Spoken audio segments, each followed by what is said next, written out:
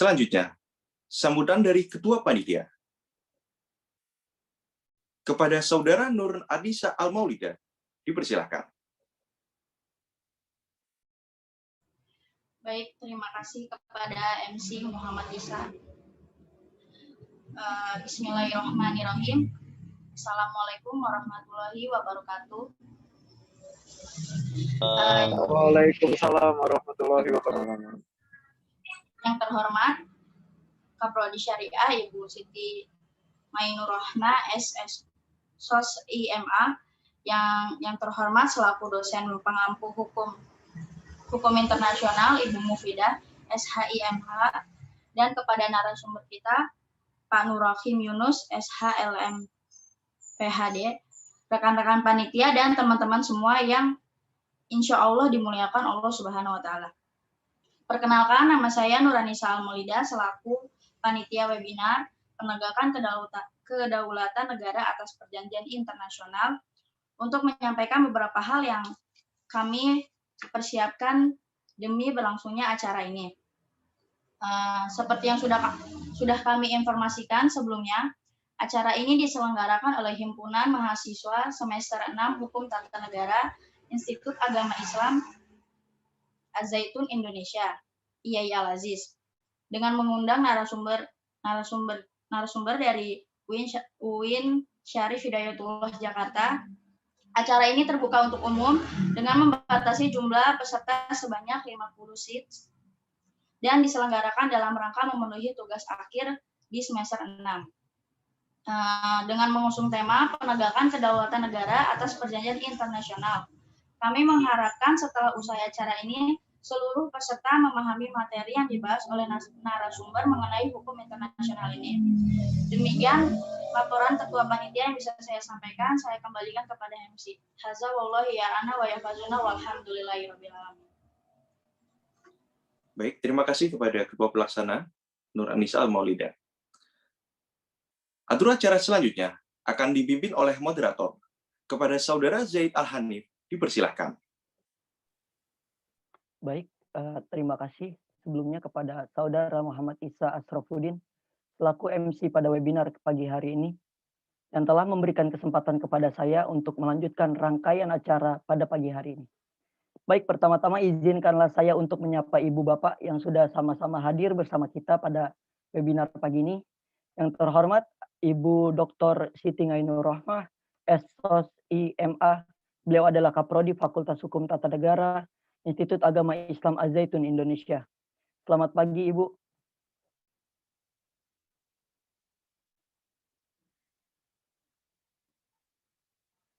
Oke, baik, saya lanjutkan. Yang terhormat Ibu Mufidah SHIMH, beliau adalah dosen di Institut Agama Islam Az-Zaitun Indonesia. Sekaligus beliau juga yang akan memberikan penghantar materi pada webinar pagi kali ini. Selamat pagi, Ibu. Ya, selamat pagi, Zaid. Ya, kemudian yang kami hormati Bapak Nur Rahim Yunus, SHLLM, PhD. Beliau adalah dosen di Universitas Islam Negeri Syarif Hidayatullah, Jakarta, sekaligus narasumber pada webinar kita kali ini. Selamat pagi, Bapak. Ya, selamat pagi. Dan juga tak lupa saya ucapkan terima kasih bagi para peserta yang sudah hadir bersama-sama pada kesempatan yang berbahagia ini. Selanjutnya dalam upaya penegakan kedaulatan negara atas perjanjian internasional, sesungguhnya ada 3 hal penting yang kemudian patut untuk dibahas. Di antaranya pertama, sejak merdeka telah banyak perjanjian internasional yang diikuti oleh Indonesia. Keikutsertaan Indonesia dalam perjanjian internasional ada yang dilakukan dengan penandatanganan dan ada pula yang melalui proses ratifikasi. Bentuk pengesahannya berupa undang-undang ataupun peraturan presiden sebagaimana diatur dalam Undang-Undang nomor 24 tahun 2000 tentang perjanjian internasional, tepatnya pada pasal 10 dan pasal 11. Kemudian juga diatur dalam putusan Mahkamah Konstitusi nomor 13 garis miring PUU strip 16 garis miring 2018. Selanjutnya, dalam hierarki hukum nasional sesungguhnya tidak dijumpai perjanjian internasional sebagai bagian dari jenis peraturan perundang-undangan. Secara hierarki sebagaimana diatur dalam Undang-Undang nomor 12 tahun 2011 tentang pembentukan peraturan perundang-undangan, tidak menegaskan posisi dari perjanjian internasional itu sendiri. Kemudian pertanyaannya adalah apakah berbagai perjanjian internasional tersebut yang telah melalui yang dilakukan ratifikasi ke dalam hukum nasional melalui proses penyelarasan dengan konstitusi sebagai hierarki tertinggi di hukum nasional. Selanjutnya yang terakhir juga proses ratifikasi perjanjian internasional sesungguhnya memerlukan transformasi ke dalam hukum nasional. Dalam proses transformasi ini penting dibahas bagaimana negara menerjemahkan isi perjanjian internasional ke dalam hukum nasional. Karena biasanya akan diikuti dengan perubahan ketentuan yang berlaku dalam suatu negara. Dalam membahas dan mendiskusikan kewajiban negara dalam proses ratifikasi perjanjian internasional tentu menjadi penting untuk dibahas mengapa perjanjian internasional yang akan diikuti oleh Indonesia perlu dipastikan keselarasannya dengan Undang-Undang Dasar. Kemudian bagaimana praktik di Indonesia ketika hendak mengikuti suatu perjanjian internasional dan pembahasan terhadap kemungkinan instrumen ratifikasi baik berupa undang-undang maupun perpres bila diuji materi di Mahkamah Konstitusi atau Mahkamah Agung serta implikasinya bila dibatalkan. Mungkin itu pemantik yang bisa saya sampaikan. Untuk itu marilah kita simak pemaparan dari sebelumnya kita simak terlebih dahulu penghantar materi pada webinar kali ini yang akan disampaikan oleh Ibu Mufidah SHI MH. Sebelum itu izinkan saya menyampaikan CV singkat beliau. Nama lengkap beliau adalah Ibu Mufidah. Beliau lahir di Lamongan 1 Januari 1988. Beliau aktif mengajar sebagai dosen di UIN Syarif Hidayatullah. Beliau juga mengajar di Universitas Terbuka dan Sekolah Kedinasan Kementerian Hukum dan HAM. Selain itu, beliau juga adalah peneliti aktif dalam organisasi Pusat Pengkajian Sumber Daya Manusia atau disingkat PPSDM. Selanjutnya, riwayat pendidikan S1 beliau tempuh di UIN Syarif Hidayatullah dengan mengambil jurusan peradilan agama pada tahun 2008. Kemudian S2 beliau mengambil jurusan hukum tata negara di kampus Universitas Muhammadiyah Jakarta dan lulus pada tahun 2015. Banyak sekali pendidikan dan pelatihan yang sudah beliau ikuti, diantaranya pendidikan bahasa Inggris di Pare, Jawa Timur, pendidikan bahasa Perancis di Institut Perancis Indonesia, kemudian beliau juga mengikuti pendidikan intensif legal course di Fakultas Syariah dan Hukum UIN Syarif Hidayatullah Jakarta. Dan masih banyak lagi pendidikan dan pelatihan yang sudah beliau ikuti. Kemudian Ibu Mufidah juga seorang peraih beasiswa unggulan dari Kemenristek Dikti pada tahun 2010 dan peraih penghargaan karyawan berprestasi di tahun yang sama. Karya tulis beliau diantaranya adalah Jurnal Cita Hukum mengenai sistem hierarki kelembagaan Badan Pengelolaan Zakat di Indonesia, tinjauan terhadap pelaksanaan Undang-Undang Nomor 23 Tahun 2011, dan masih banyak lagi karya tulis beliau yang lainnya. Itu tadi CV singkat dari Ibu Mufidah. Sebelum Ibu Mufidah menyampaikan penghantar materi pada webinar kali ini, perlu juga saya sampaikan bahwa pemaparan materi akan berlangsung selama 30 menit dan kemudian teman-teman yang juga hadir pada webinar kali ini dimohon untuk menonaktifkan audio selama pemaparan materi berlangsung. Terima kasih. Waktu dan tempat kepada Ibu Mufidah SHI MH dipersilakan.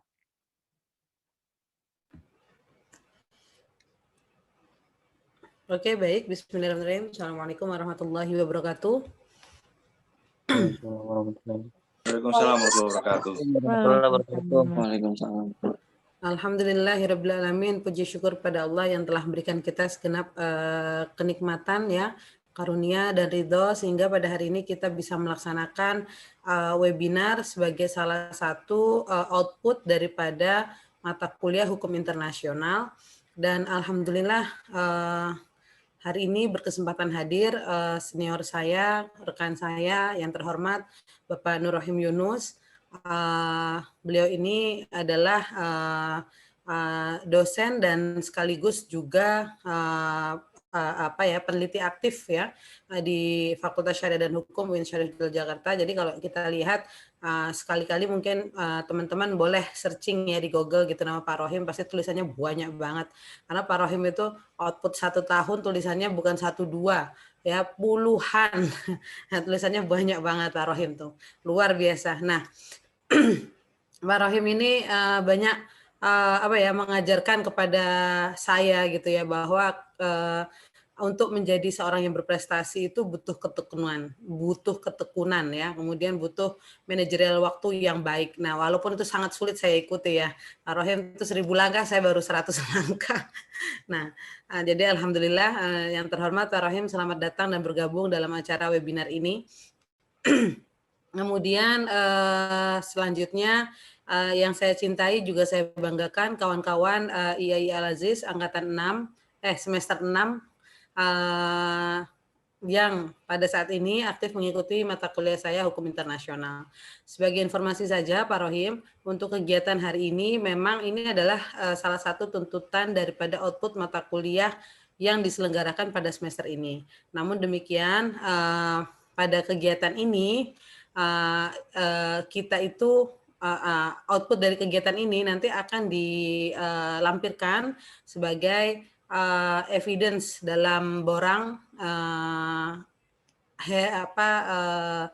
reakreditasi Fakultas Syariah dan Hukum Prodi Hukum Tata Negara. Jadi karena kita akan melakukan reakreditasi, maka kemudian partisipasi mahasiswa dalam kegiatan webinar yang dilaksanakan oleh mahasiswa itu menjadi salah satu tuntutan yang harus kita penuhi. Oleh sebabnya untuk output mata kuliah semester ini kita gunakan kesempatan tersebut untuk diisi oleh mahasiswa-mahasiswa dalam bentuk webinar, PKM, atau juga menulis karya buku dalam bentuk ISBN. Nah, untuk mata kuliah hukum internasional ini, kita baru selenggarakan setengah daripada perjalanan 1 semester mata kuliah sebetulnya Pak Rohim. Jadi nanti habis Lebaran kita akan lanjut mata kuliah lain gitu. Namun memang saya sarankan ke kawan-kawan agar kegiatan webinar itu diisi dari dosen tamu, agar kawan-kawan juga pertama memperoleh referensi materi yang lebih komprehensif gitu ya. Kemudian yang kedua juga teman-teman mahasiswa itu memperoleh sumber dari mata air yang lain. Nah, jadi kalau misalnya dari sumber saya saja kan udah keruh ya, istilahnya air sumur udah banyak ditimba gitu. Jadi udah keruh gitu, udah nggak seger lagi. Nah, kalau Pak Nur Rohim kan istilahnya kayak air mineral ya, ada manis-manisnya gitu, karena sumbernya baru gitu. Nah, jadi saya yakin gitu ya dengan kehadiran Pak Rohim untuk mengisi acara ini, kawan-kawan akan mendapat banyak pencerahan, mendapatkan banyak ilmu, ya, mendapatkan banyak manfaat karena Pak Rohim selain sebagai dosen juga Pak Rohim itu peneliti dan juga tulisannya banyak banget gitu. Jadi itu udah udah salah satu garansi lah gitu kalau Pak Rohim itu akan memberikan banyak manfaat kepada kawan-kawan. Nah, sebagai pengantar pada mata kuliah hukum internasional seperti di awal perkuliahan ya saya pernah sampaikan bahwa hukum internasional itu merupakan salah satu salah satu bagian atau salah satu kerangka hukum yang kita pelajari sebagai sarjana hukum. Walaupun di IAI Al-Aziz ya hukum tata negara kan dalam kurung siasah ya. Artinya hukum tata negara Islam. Namun demikian dengan menyandang gelar SH, kawan-kawan kan nanti lulus akan menyandang gelar SH ya, sarjana hukum. Nah, oleh sebabnya dengan gelar SH tersebut wajib hukumnya kawan-kawan mengetahui seluruh aspek hukum yang kita pelajari dalam studi ilmu hukum. Bukan hanya hukum siasah saja atau hukum Islam saja, tapi seluruh aspek hukum harus kita ketahui secara baik gitu ya. Nah, oleh sebabnya mata kuliah hukum internasional ini menjadi salah satu aspek hukum yang harus kita pelajari dalam studi hukum tata negara dalam kurung siasah. Nah, seperti yang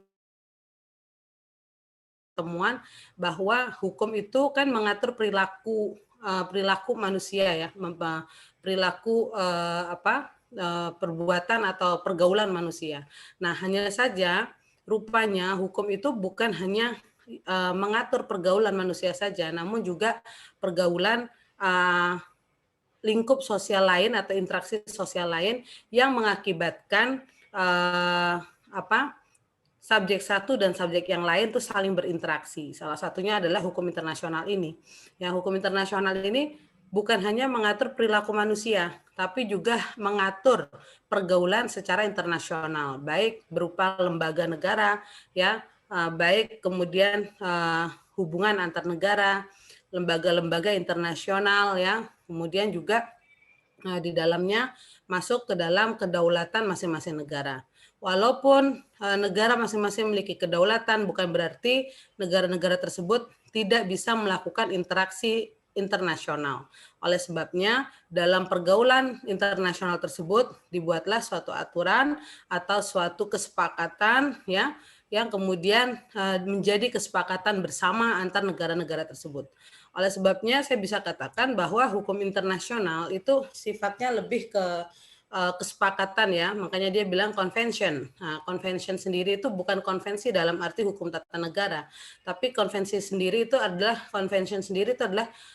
persepsi penyamaan persepsi terhadap kesepakatan-kesepakatan yang disetujui oleh masing-masing negara, walaupun negara-negara tersebut memiliki kedaulatan yang berbeda-beda, memiliki aturan hukum yang berbeda-beda, memiliki penerapan hukum atau budaya hukum yang berbeda-beda. Nah, dalam hal ini tentu kita juga tahu ya bahwa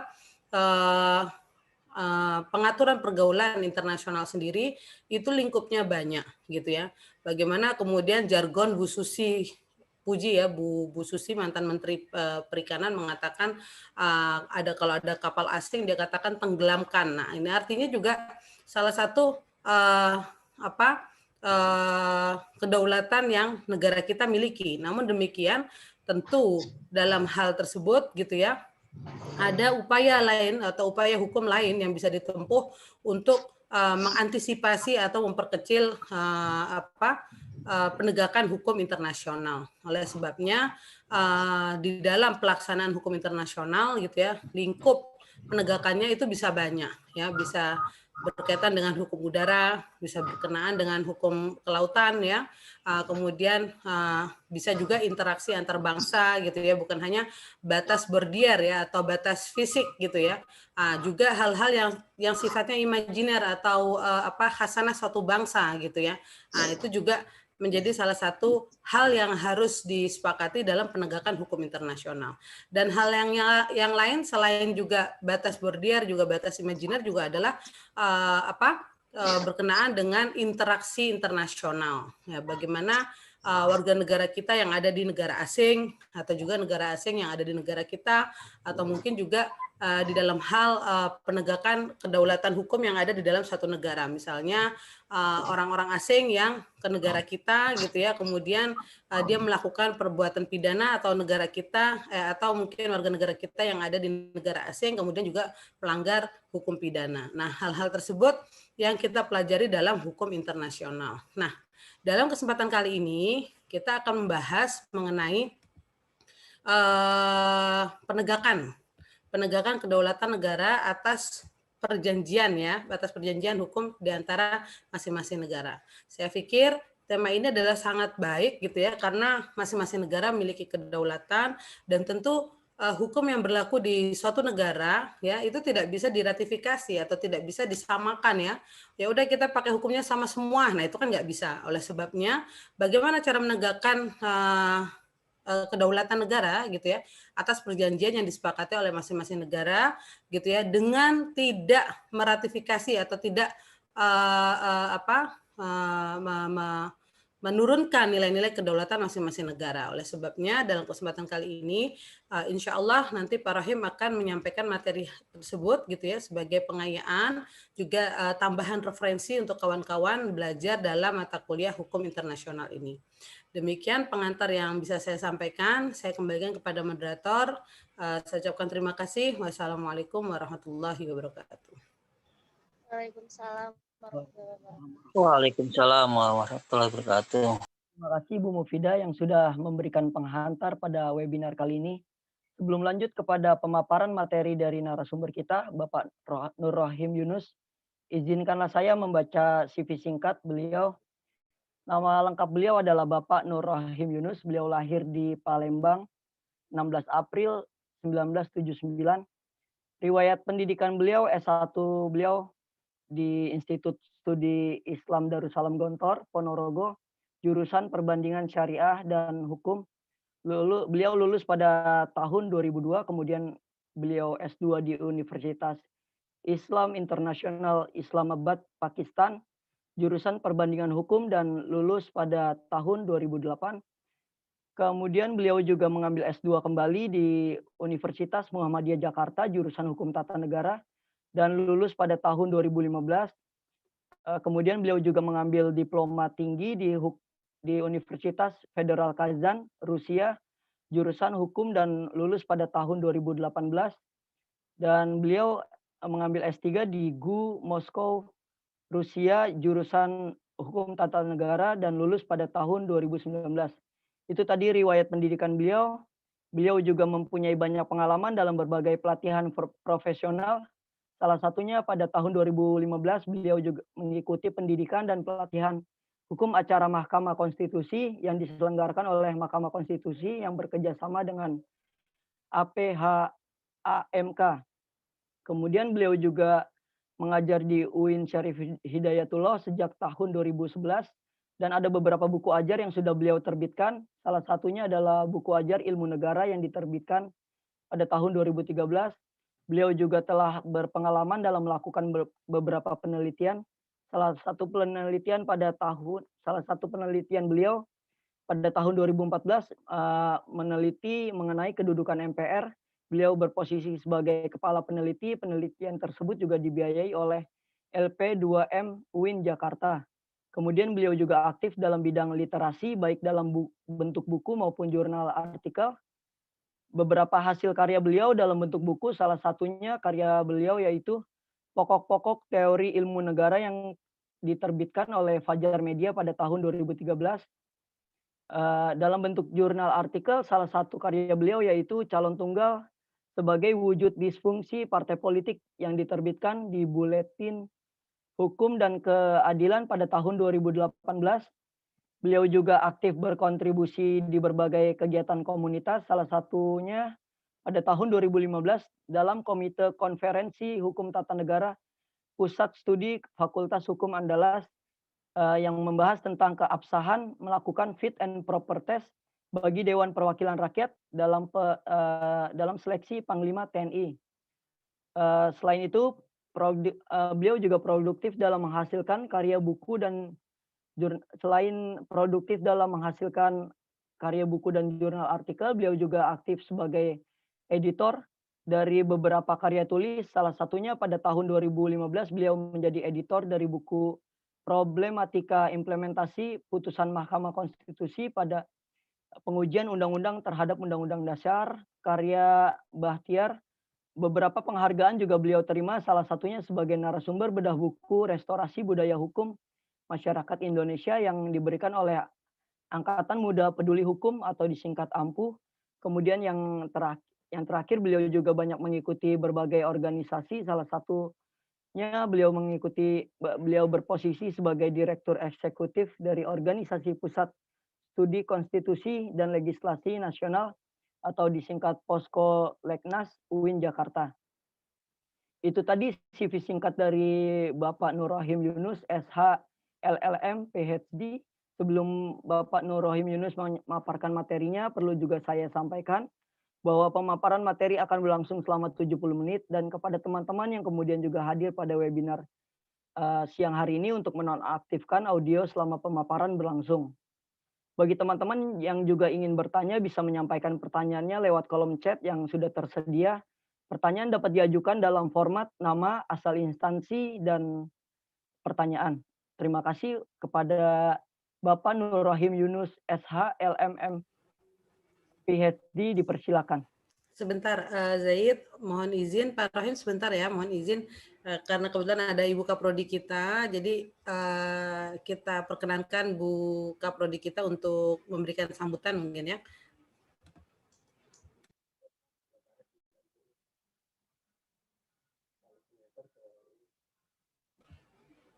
Baik, kepada Ibu Kaprodi, Ibu Siti Nur Rahma untuk memberikan sambutan dalam kegiatan webinar hari ini.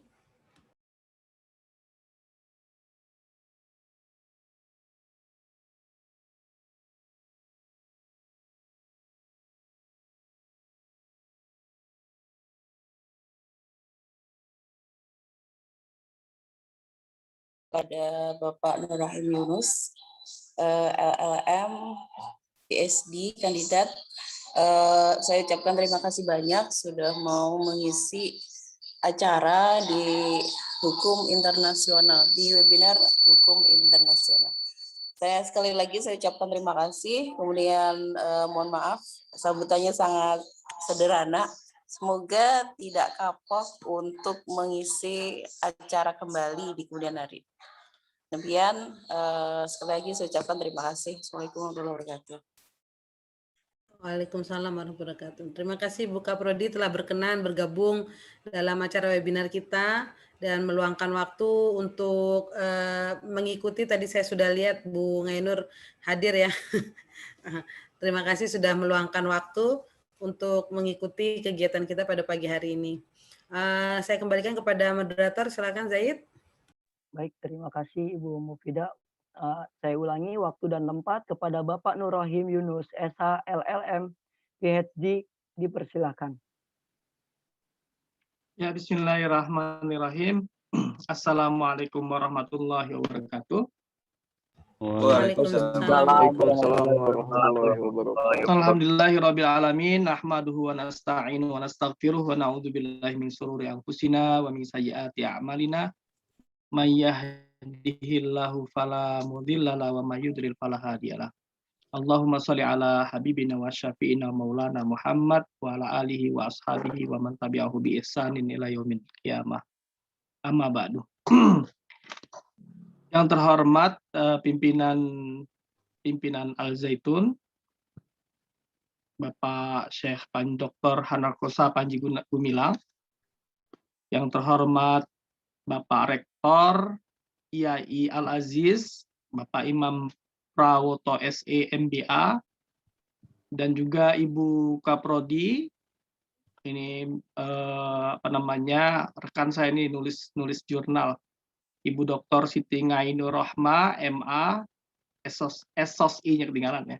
SOSI MA, kemudian tutor atau dosen hukum internasional, dosen tercantik kayaknya nih di IAI Al-Aziz. Ya, Mbak Mufidah SHIMH, ini teman saya di UIN Jakarta. Ya, sebenarnya juga teman sesama dosen hukum tata negara di UIN, dan juga dosen-dosen semuanya yang ada baik di Zoom ini maupun nantinya menyimak di channel YouTube-nya. Mungkin nggak tahu apakah nanti ini di-upload di YouTube atau tidak. Dan juga mahasiswa Hukum Tata Negara IAI Al-Aziz Az-Zaitun Indramayu. Dan juga moderator Zaid Al-Hanif ya, dan juga ketua pelaksana dan juga MC. Mahasiswa semuanya, adik-adik dan juga mungkin juga ya adik-adik, ada juga anak-anak mungkin ya, masih saya panggil intinya adalah mahasiswa hukum tata negara semuanya. Pada kali ini saya diminta untuk menyampaikan materi sebenarnya berkaitan dengan hukum internasional, tapi sebenarnya bidang saya adalah hukum tata negara. Ya, jadi Bu Mufida minta kepada saya untuk mengisi kaitan hukum tata negara, hukum internasional, tetapi saya bidangnya adalah hukum tata negara, dan hukum tata negara saya memang dekat dengan hukum internasional karena saya lebih kepada perbandingan konstitusi, bahkan kepangkatan saya itu fungsionalnya adalah hukum konstitusi, ya bidangnya hukum konstitusi.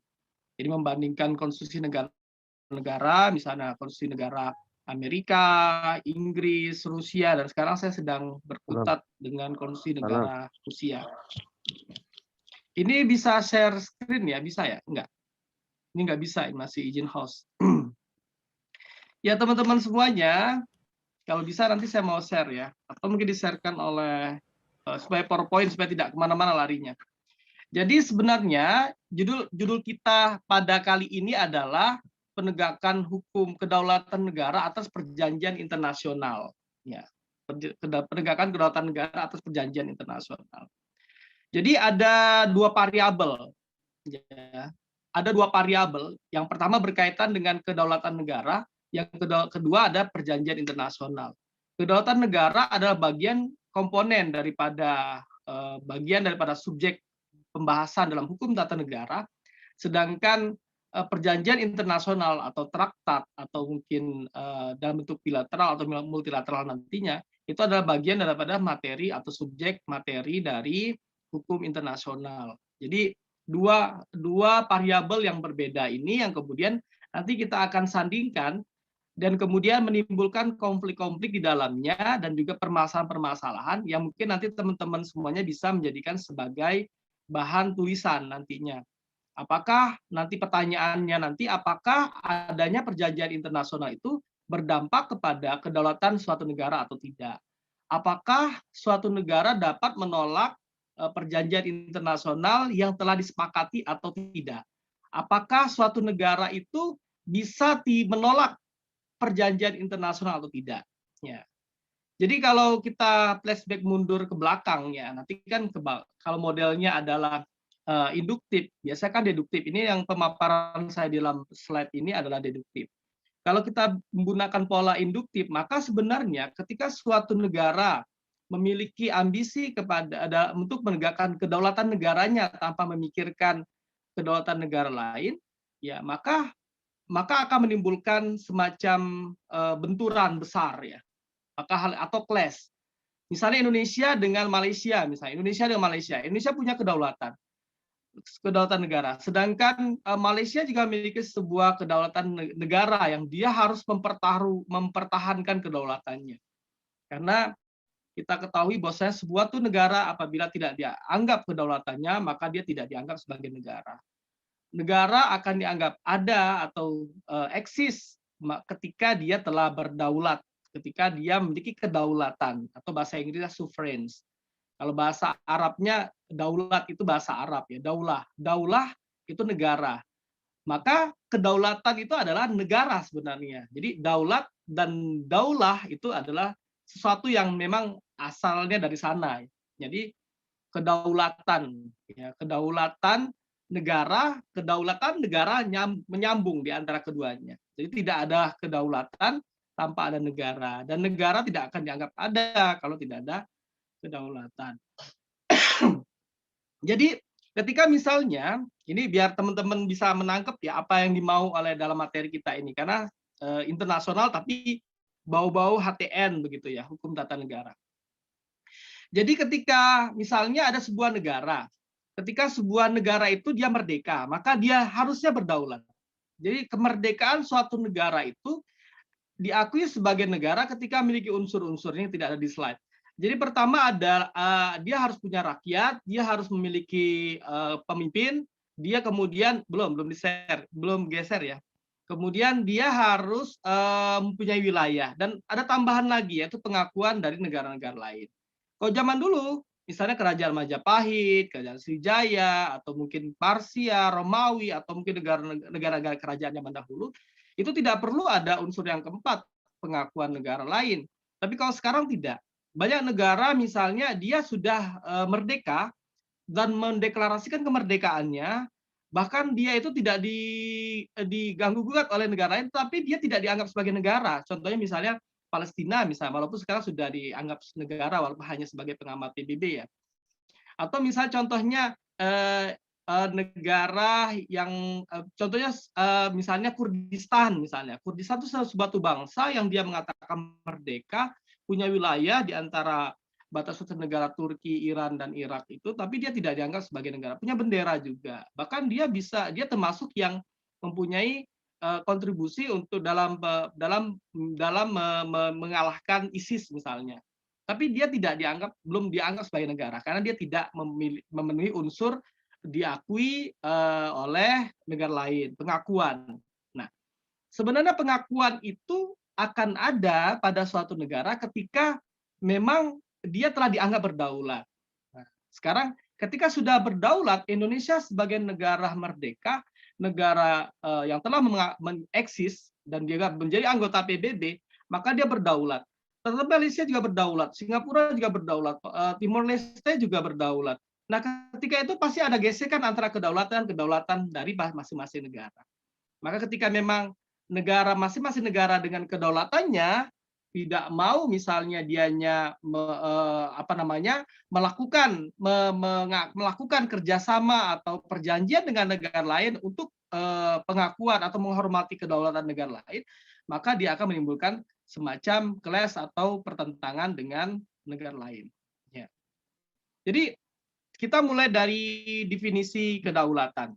Ya, supaya mengerti ya, kedaulatan suatu negara, kedaulatan negara. Nanti bagian-bagiannya ada macam-macam kedaulatan. Jadi kedaulatan, ini masuk ke slide ya, kedaulatan negara itu kekuasaan tertinggi yang dimiliki oleh negara. Jadi sovereign, ya kalau bahasa Inggrisnya. Jadi dia tidak bisa diganggu-gugat dan dia dianggap sebagai kekuasaan tertinggi. Ya. Dia dianggap sebagai sesuatu yang sempurna, ya. Jadi karena tidak ada kekuasaan lain yang bisa mengganggu-gugat daripada kedaulatan itu. Ya. Jadi negara ketika merdeka maka dia akan memilih bagian komponen mana dari negara tadi yang dianggap sebagai yang memiliki kedaulatan. Kalau misalnya kita melihat negara kerajaan, maka dia akan menunjuk komponen seorang penguasa atau raja atau sultan atau ratu untuk dianya menjadi pemilik kedaulatan. Gitu. Lanjut berikutnya. Next. Nah, bapak daripada kedaulatan adalah Jane Bodin ya. Jadi kalau teman-teman tahu belajar ilmu negara, bapak negara itu kan Jelinek ya. Kalau bapak kedaulatan adalah Jane Bodin. Nah, kalau Jane Bodin ini dia konsen dalam pembahasan tentang kedaulatan. Ya. Bahkan saya juga sebenarnya sama nih, sekarang sedang konsen, walaupun disertasi saya berkaitan dengan parlemen di Rusia, tapi saya juga iseng-iseng gitu ya, menulis dan mengoleksi, dan niat saya itu bukan mengoleksi, menulis, merangkai kata untuk kemudian nantinya bisa menjadi sebuah buku yang yang tebal gitu ya. Jadi menulis buku itu juga harus punya niatan tebal juga, nggak cuma asal jadi ya. Jadi saya ingin punya buku 700 halaman berjudul Filsafat Kedaulatan. Jadi ketika Mbak Pida nanya bahas apa ya, ini yang bisa saya tawarkan. Semoga teman-teman nanti tertarik juga membahas tentang kedaulatan. Jadi kedaulatan menurut Jane Bodin itu kekuasaan tertinggi untuk membuat hukum dalam suatu negara. Ya, sifatnya permanen, asli, bulat, tidak terbatas, bulat, bundar gitu. Jadi tidak ada ujungnya gitu. Asli ya tidak palsu dan tidak bisa berubah, permanen, tidak terbatas. Jadi kalau kita ilustrasikan kedaulatan adalah sabda Pandito Ratu misalnya, seorang raja, maka lidahnya itu sebagai ketika mengeluarkan kata-kata maka dia berdampak kepada hukum gitu. Lidahnya, tangannya sebagai eksekutor, kemudian pikirannya sebagai legislator ya. Kemudian lidahnya ini sebagai penentu kebijakan ya.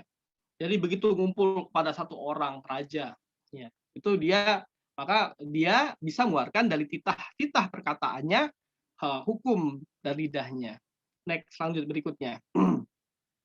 Nah, kedaulatan itu ada dua. Pertama, kedaulatan ke dalam, intern, dan juga kedaulatan keluar, ya, ekstern.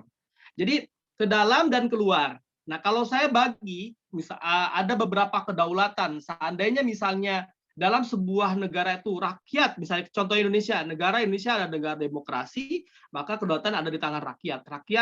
Rakyat untuk rakyat dan oleh rakyat, begitu misalnya. Maka, tapi rakyat ini kan tidak berdaulat ketika dia di luar. Misalnya TKW, apakah dia berdaulat di luar? Kan tidak. Ya, dia rakyat Indonesia, tapi dia tidak berdaulat di luar. Tapi dia akan berdaulat ketika dia berkumpul di negara Indonesia. Dia berada di wilayah Indonesia.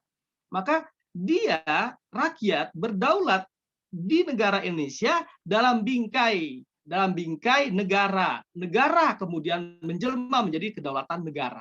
Dan kemudian negara itu bukan manusia, negara itu hanya sebatas bingkai. Dan dia tidak punya instrumen untuk melakukan eksekusi kekuasaannya. Maka kemudian dibuatlah hukum. Hukum kemudian dijadikan sebagai tolak ukur untuk melaksanakan kedaulatan. Maka kemudian ada kedaulatan hukum. Nah, kalau di Indonesia, kedaulatan hukum itu mengitari rakyat Indonesia yang membentuk dan rakyat itu membentuk hukum, termasuk hukum tertinggi di Indonesia, misalnya Konstitusi Indonesia, yaitu Konstitusi Undang-Undang Dasar 1945, dan kemudian dibingkai oleh negara, dan negara kelihatan di luar itu ada kotak-kotak lain, yaitu kedaulatan atau bingkai-bingkai lain, yaitu kedaulatan negara-negara lain. Jadi kalau kita ilustrasikan dengan gambar, maka banyak kotak-kotak yang berada di dunia ini, dari kotak kedaulatan negara Indonesia, kotak kedaulatan Malaysia, dan sebagainya. Nah, itu begitu, membingkai. Dan kebingkai daripada kedaulatan negara ini memancarkan cahaya, ya, ketika dia memiliki kedaulatan. Ketika dia tidak memiliki kedaulatan, maka dia redup. Atau mungkin bingkai ini ditutupi oleh bingkai lain ketika misalnya kedaulatan negaranya dijajah oleh kedaulatan negara lain. Banyak negara-negara boneka, ya, misalnya kita lihat, ya kita tidak bisa menyebut, ya, karena terkadang ketika kita menyebut dalam konteks saat ini itu dianggap sebagai tuduhan, ya. Tapi kita bisa merasakan ada sebuah negara yang dia itu memiliki bingkainya tersendiri, tetapi dia ditutupi oleh bingkai kedaulatan negara lain. Ya. Nah, karena dia bahkan dia dijajah secara terselubung oleh negara lain. Dikuasai ekonominya, kemudian diatur negaranya, tidak boleh cetak uang sembarangan, tidak boleh melakukan ekspor impor sembarangan. Dan itu kemudian dia secara gambaran ilustrasi kita di cahaya, misalnya kotak-kotak atau bingkai bercahaya, dia tidak lagi memiliki cahaya tadi. Maka dia dikatakan sebagai negara, tetapi dia tidak memiliki kedaulatan yang sebenarnya. Nah, ini kembali ke slide. Jadi kedaulatan ke dalam itu mengatur rakyat untuk kepentingan negara. Ya, kalau misalnya kita bagi dalam jenis kedaulatan ini tadi, maka jenis kedaulatan ke dalam, jenis kedaulatannya keluar, maka kedaulatan keluar ini dalam arti hubungannya dengan di dunia internasional. Ya, inter itu dengan negara nasional lain, ya, gitu. Lanjut slide berikutnya. Jadi kedaulatan ekstern itu mengadakan hubungan dengan negara lain serta mempertahankan wilayah dari berbagai ancaman dari luar. Ya, jadi ketika dianya mampu untuk mengatasi misalnya bajak laut aja misalnya, maka dianya berarti dia memiliki kedaulatan keluar.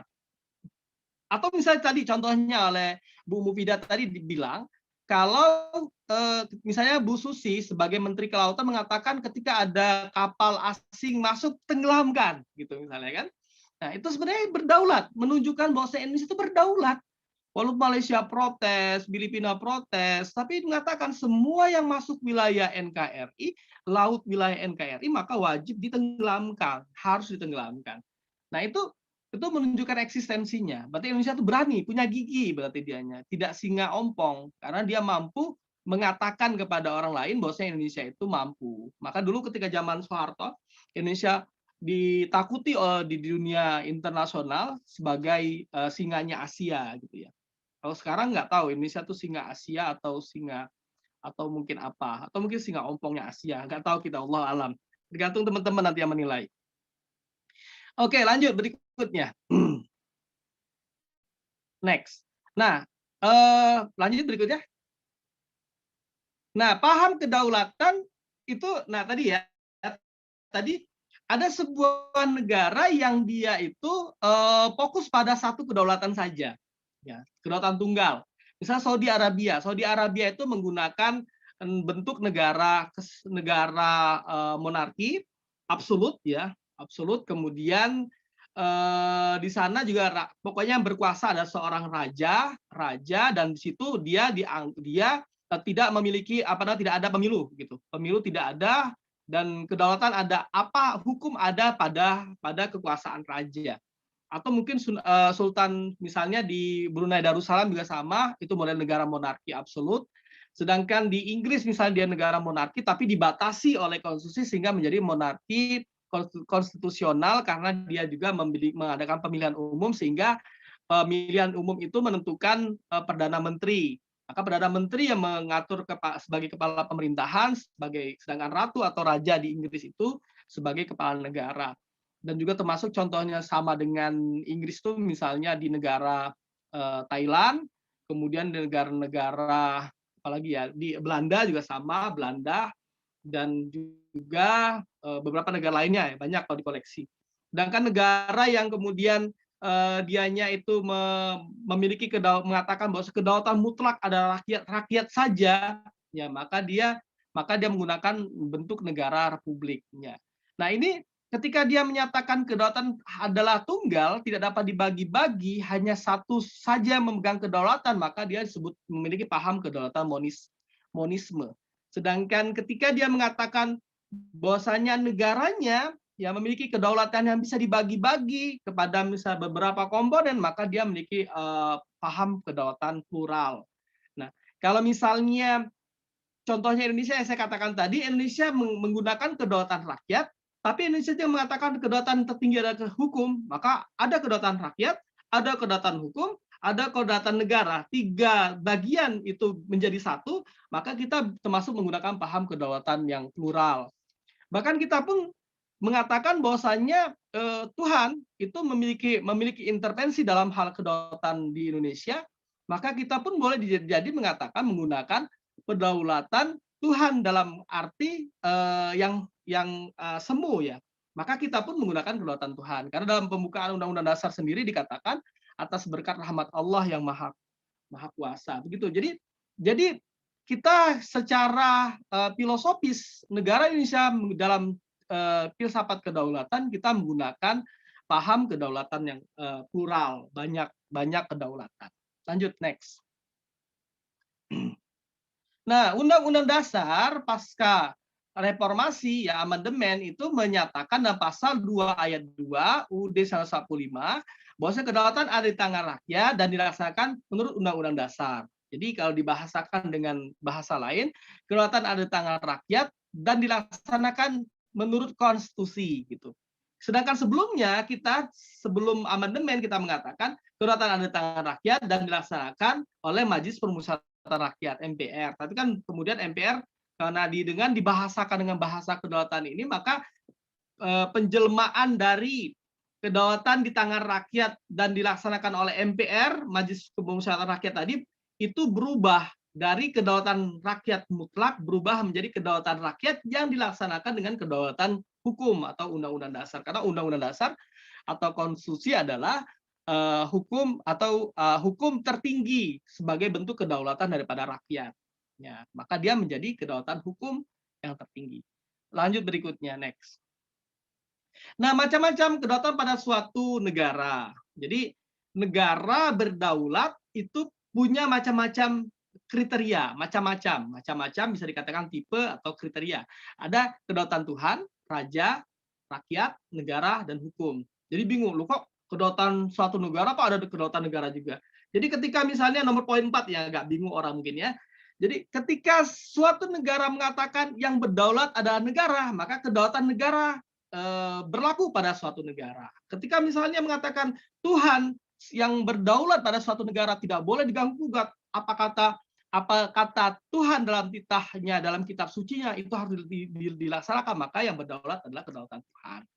Ya, ini yang pertama kedaulatan Tuhan ini ya mungkin teman-teman juga bisa lihat misalnya negara yang masih menggunakan ini adalah negara Vatikan ya. Jadi Paus itu sebagai pemimpin tertinggi Katolik itu mengatakan berdaulat atas dasar keyakinannya bahwasanya itu adalah kita Tuhan begitu. Ya, begitu. Jadi yang berdaulat adalah Tuhan. Sedangkan kalau negara lain yang menggunakan kedaulatan Tuhan yang lain misalnya ya itu negara-negara yang memang jelas dia menggunakan asas teokrasi yaitu Tuhan yang berdaulat ya. Kalau dalam Islam tuh beberapa kerajaan zaman dahulu tuh juga banyak yang menggunakan dasarnya kedaulatan Tuhan. Kalau misalnya Saudi Arabia mengatakan bahwasanya kitab konstitusi negaranya adalah Al-Qur'an dan Sunnah, maka kalaupun itu konsisten dilaksanakan atas dasar titah Allah atau ayat-ayat Allah dan juga hadis Rasulullah, maka sebenarnya itu adalah kedaulatan Tuhan. Tapi kan tidak begitu juga. Karena ternyata raja sendiri mentafsirkan, memaknai daripada Al-Quran dan beristihad dengan pemikirannya, bahkan juga terkadang juga dengan ambisi dan hawanya, maka itu berarti dia bukan kedaulatan Tuhan, berarti kedaulatan raja. Ya, kedaulatan raja, kedaulatan rakyat, kemudian kedaulatan negara, dan kedaulatan hukum. Dan ini kalau dalam konsep buku saya Filsafat Kedaulatan ini ada suatu yang memang urut ya, urut dari Tuhan, raja, rakyat, negara, dan hukum. Jadi kalau dalam siklusnya itu dia berkaitan, dia berputar dari Tuhan. Orang kapok dengan model negara berkedaulatan Tuhan atau teokrasi, kemudian dia berubah menjadi negara bentuknya monarki, kemudian kapok dengan bentuknya monarki atau bosan atau merasa dianiaya karena kezalimannya, kemudian berubah menjadi negara berkedaulatan rakyat atau demokrasi. Kemudian setelah itu dia karena dia nganggap rakyat itu terlalu banyak dan juga masa value one man one food one value gitu misalnya, bosan dengan itu, tukang becak sama dengan sarjana hukum alumni HTN IAI Al-Aziz misalnya suaranya sama, maka kemudian ganti lagi menjadi kedaulatan negara. Kalau itu nggak rakyat yang berdaulat, negara sajalah kalau gitu. Mereka yang terpilih nanti menjadi sebagai kedaulatan negara. Kemudian negara itu adalah makhluk mati, kemudian ganti lagi kedaulatan hukum. Nah begitu itu sebenarnya seperti siklus, dia perputaran. Ya. Entah apakah kedaulatan hukum nanti balik lagi ke kedaulatan Tuhan atau tidak. Karena hukum yang sebenarnya itu adalah hukum dari Allah, hukum dari Tuhan ya begitu. Maka boleh jadi balik lagi ke atas kedaulatan Tuhan lagi nanti muter. Jadi muter-muter berkelindan gitu. Ya, tapi yang nomor 1 dan nomor 2 ini ya karena punya sejarah kelam yang buruk ya. Jadi kalau dulu kan modelnya di Eropa atas dasar kepercayaan dogma gereja begitu, kemudian pimpinan daripada Vatikan itu kemudian mengatur raja-raja di Eropa, maka dia mengatakan kalau tidak raja-raja di Eropa tidak tunduk kepada Vatikan maka dianggap berdosa begitu. Maka kemudian raja-raja Eropa lain ketika misalnya terjadi kasus di kerajaan di di Spanyol itu menolak membangkang daripada Paulus gitu modelnya. Maka kemudian Paus menginstruksikan kepada raja-raja di Eropa lainnya untuk menyerang dan menghabisi daripada raja Spanyol. Itu pernah terjadi. Dan itu habislah kemudian semuanya. Dan itu atas dasar kedaulatan Tuhan ini punya trauma yang buruk ketika itu ya. Makanya munculnya gagasan sekulerisme itu karena itu. Bukan. Jadi kalau sejarah Islam tidak pernah menuaikan kontroversi atau mimpi buruk ya adanya hal-hal yang berkaitan dengan kedaulatan Tuhan. Tapi kalau di Eropa yang menggunakan pola-pola agama dogma daripada Kristen gitu, itu pernah menimbulkan trauma. Maka kalau misalnya mereka sekarang menjadi sekuler itu lumrah karena memang pernah trauma dan juga disakiti oleh atas dasar pola negara teokrasi. Nah, kalau kedaulatan raja juga sama juga. Jadi kalau misalnya kita lihat banyak negara-negara melakukan revolusi Prancis, revolusi Inggris, revolusi Perancis, revolusi Rusia, revolusi Iran misalnya. Revolusi Perancis tahun 1889 ya. Kemudian Rusia 1905 menghadapi daripada kekuasaan Tsar atau kerajaan di Rusia ya, walaupun nanti bentuknya ada negara komunis ya. Karena itu dilakukan oleh Lenin ya. Kemudian juga revolusi Iran tahun 1979 ya. Angkanya 99 semua ya rata-rata itu. itu juga sama, itu menghancurkan, mengkudeta dari kerajaan dari Iran yang dipimpin oleh Reza Pahlavi waktu itu rajanya, tapi rajanya akhirnya dikudeta dan akhirnya digantung oleh rakyat, dipimpin oleh mulahnya, yaitu mulahnya dari ulama, ya ulama. Siapa namanya lupa saya, nanti teman-teman masih ingat. Oke, kita bahas satu-satu kedaulatan Tuhan. Tapi saya bahasnya singkat aja di sini karena kita fokusnya pada variabel kedua, yaitu perjanjian internasional. Lanjut berikutnya, next. Nah, kalau ini kedaulatan Tuhan ini kalau kita jabarkan secara ringkas saja, jadi kekuasaan tertingginya di suatu negara dipegang oleh para pemuka agama. Ya. Ini tidak, teman-teman jangan langsung kedaulatan Tuhan tuh mesti Allah dalam Islam, tidak ya. Ini kita umum ya. Kedaulatan Tuhan, bahkan cenderungnya kedaulatan Tuhannya negatif ya. Jadi ketika misalnya dikatakan kedaulatan tertingginya adalah dipegang oleh pemuka agama ketika dia ada sebuah negara ada Vatikan, maka Paus sebagai pimpinan dari negara teokrasi itu dia melaksanakan titah daripada Tuhan. Jadi kadang-kadang Tuhannya jadi kambing hitam juga kadang-kadang ya. Jadi apa-apa misalnya pengampunan diberikan pengampunan dengan surat bayar dulu misalnya. Dan itu atas Tuhan, kalau nggak berdosa, maka begitu itu polanya begitu. Jadi Tuhannya kadang-kadang jadikan kambing hitam. Lanjut berikutnya, kedaulatan raja. Kalau kedaulatan raja, kuasa berada mutlak di tangan seorang raja, ratu atau sultan. Ya, ini waktu saya panjang, jadi agak enak juga saya ngomongnya. Kalau webinar lain kan hanya 15 menit, jadi ketakutan ini agak santai. Tapi teman-teman semoga meresapi ya. Jadi kedaulatan raja itu bisa dikatakan juga sebagai kedaulatan ratu atau kedaulatan sultan. Jadi ini sebenarnya kalau kedaulatan raja, negaranya disebut dengan negara monarki. Negara monarki karena memang dianya cenderung kepada tirani atau mungkin kekuasaan yang absolut, sehingga kemudian dia hanya mementingkan kepentingannya di atas kepentingan rakyat. Dan rakyat juga ketika memang sudah mulai cerdas, maka mereka mulai kemudian merasa dibodohi oleh raja. Raja sebagai manusia biasa juga, dan kemudian juga mereka juga merasa mengapa dia harus dia. Dan ketika anaknya lahir, ketika dia meninggal, mengapa harus anaknya menjadi pemimpin, tidaklah yang lain. Akhirnya muncullah revolusi besar yang kemudian mengganti pola bentuk kerajaan menjadi republik atau kedaulatan rakyat. Berikutnya kedaulatan rakyat, nomor 3. Kedaulatan rakyat ini, kekuasaan itu ada pada suatu negara berada pada tangan rakyat. Jadi yang menentukan hukum yang tertinggi atau konstitusi ya kalau kita ketahui itu ada rakyat. Jadi rakyat bersepakat untuk menyatakan hukum bernegara kita adalah begini. Kita maunya parlementer, presidensial misalnya, atau mungkin bentuknya begini, kedaulatan begini, pengaturan wilayahnya kita provinsi saja, tidak usah negara bagian, atau kita ke nama raja pemimpin kita jangan namanya presiden tapi namanya kanselir atau namanya sultan atau namanya apa. Itu kesepakatan dari rakyat. Rakyat membuat hukum untuk kemudian dipermanenkan sebagai hukum tertinggi, yaitu konstitusi. Ya. Nah, kalau demokrasi atau kedaulatan rakyat sendiri banyak ya, demokrasinya tuh macam-macam juga ya. Jadi demokrasi, bahkan orang komunis sendiri juga mengatakan mereka juga sebagai demokrasi rakyat. Ya, walaupun kemudian dalam pelaksanaannya kan disalahgunakan dan kemudian yang mendominasi dalam sistem pemerintahannya itu hanya satu partai saja tunggal, dan itu ada partai rakyat.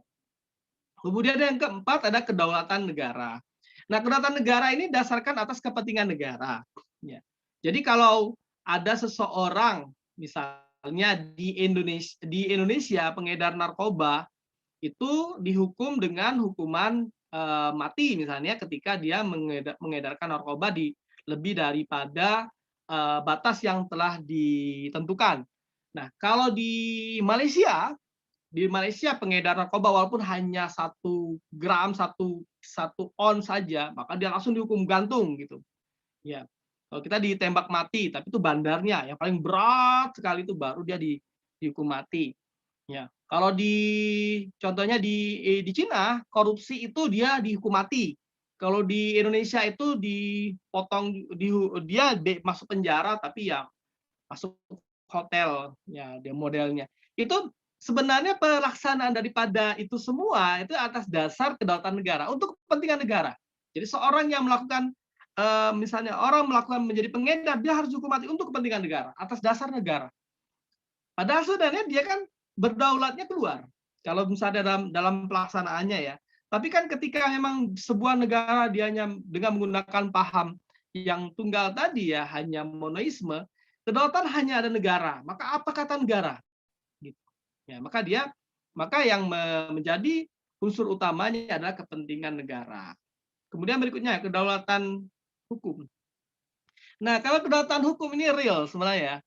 Jadi kedaulatan nomokrasi ini atau disebut dengan nomokrasi ya, atau kedaulatan kedaulatan hukum.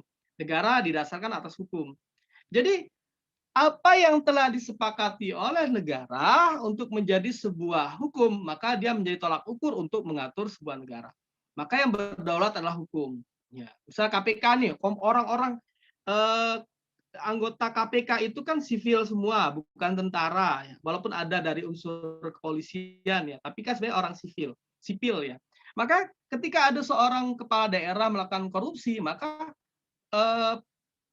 orang-orang dari komisioner KPK ini menangkap.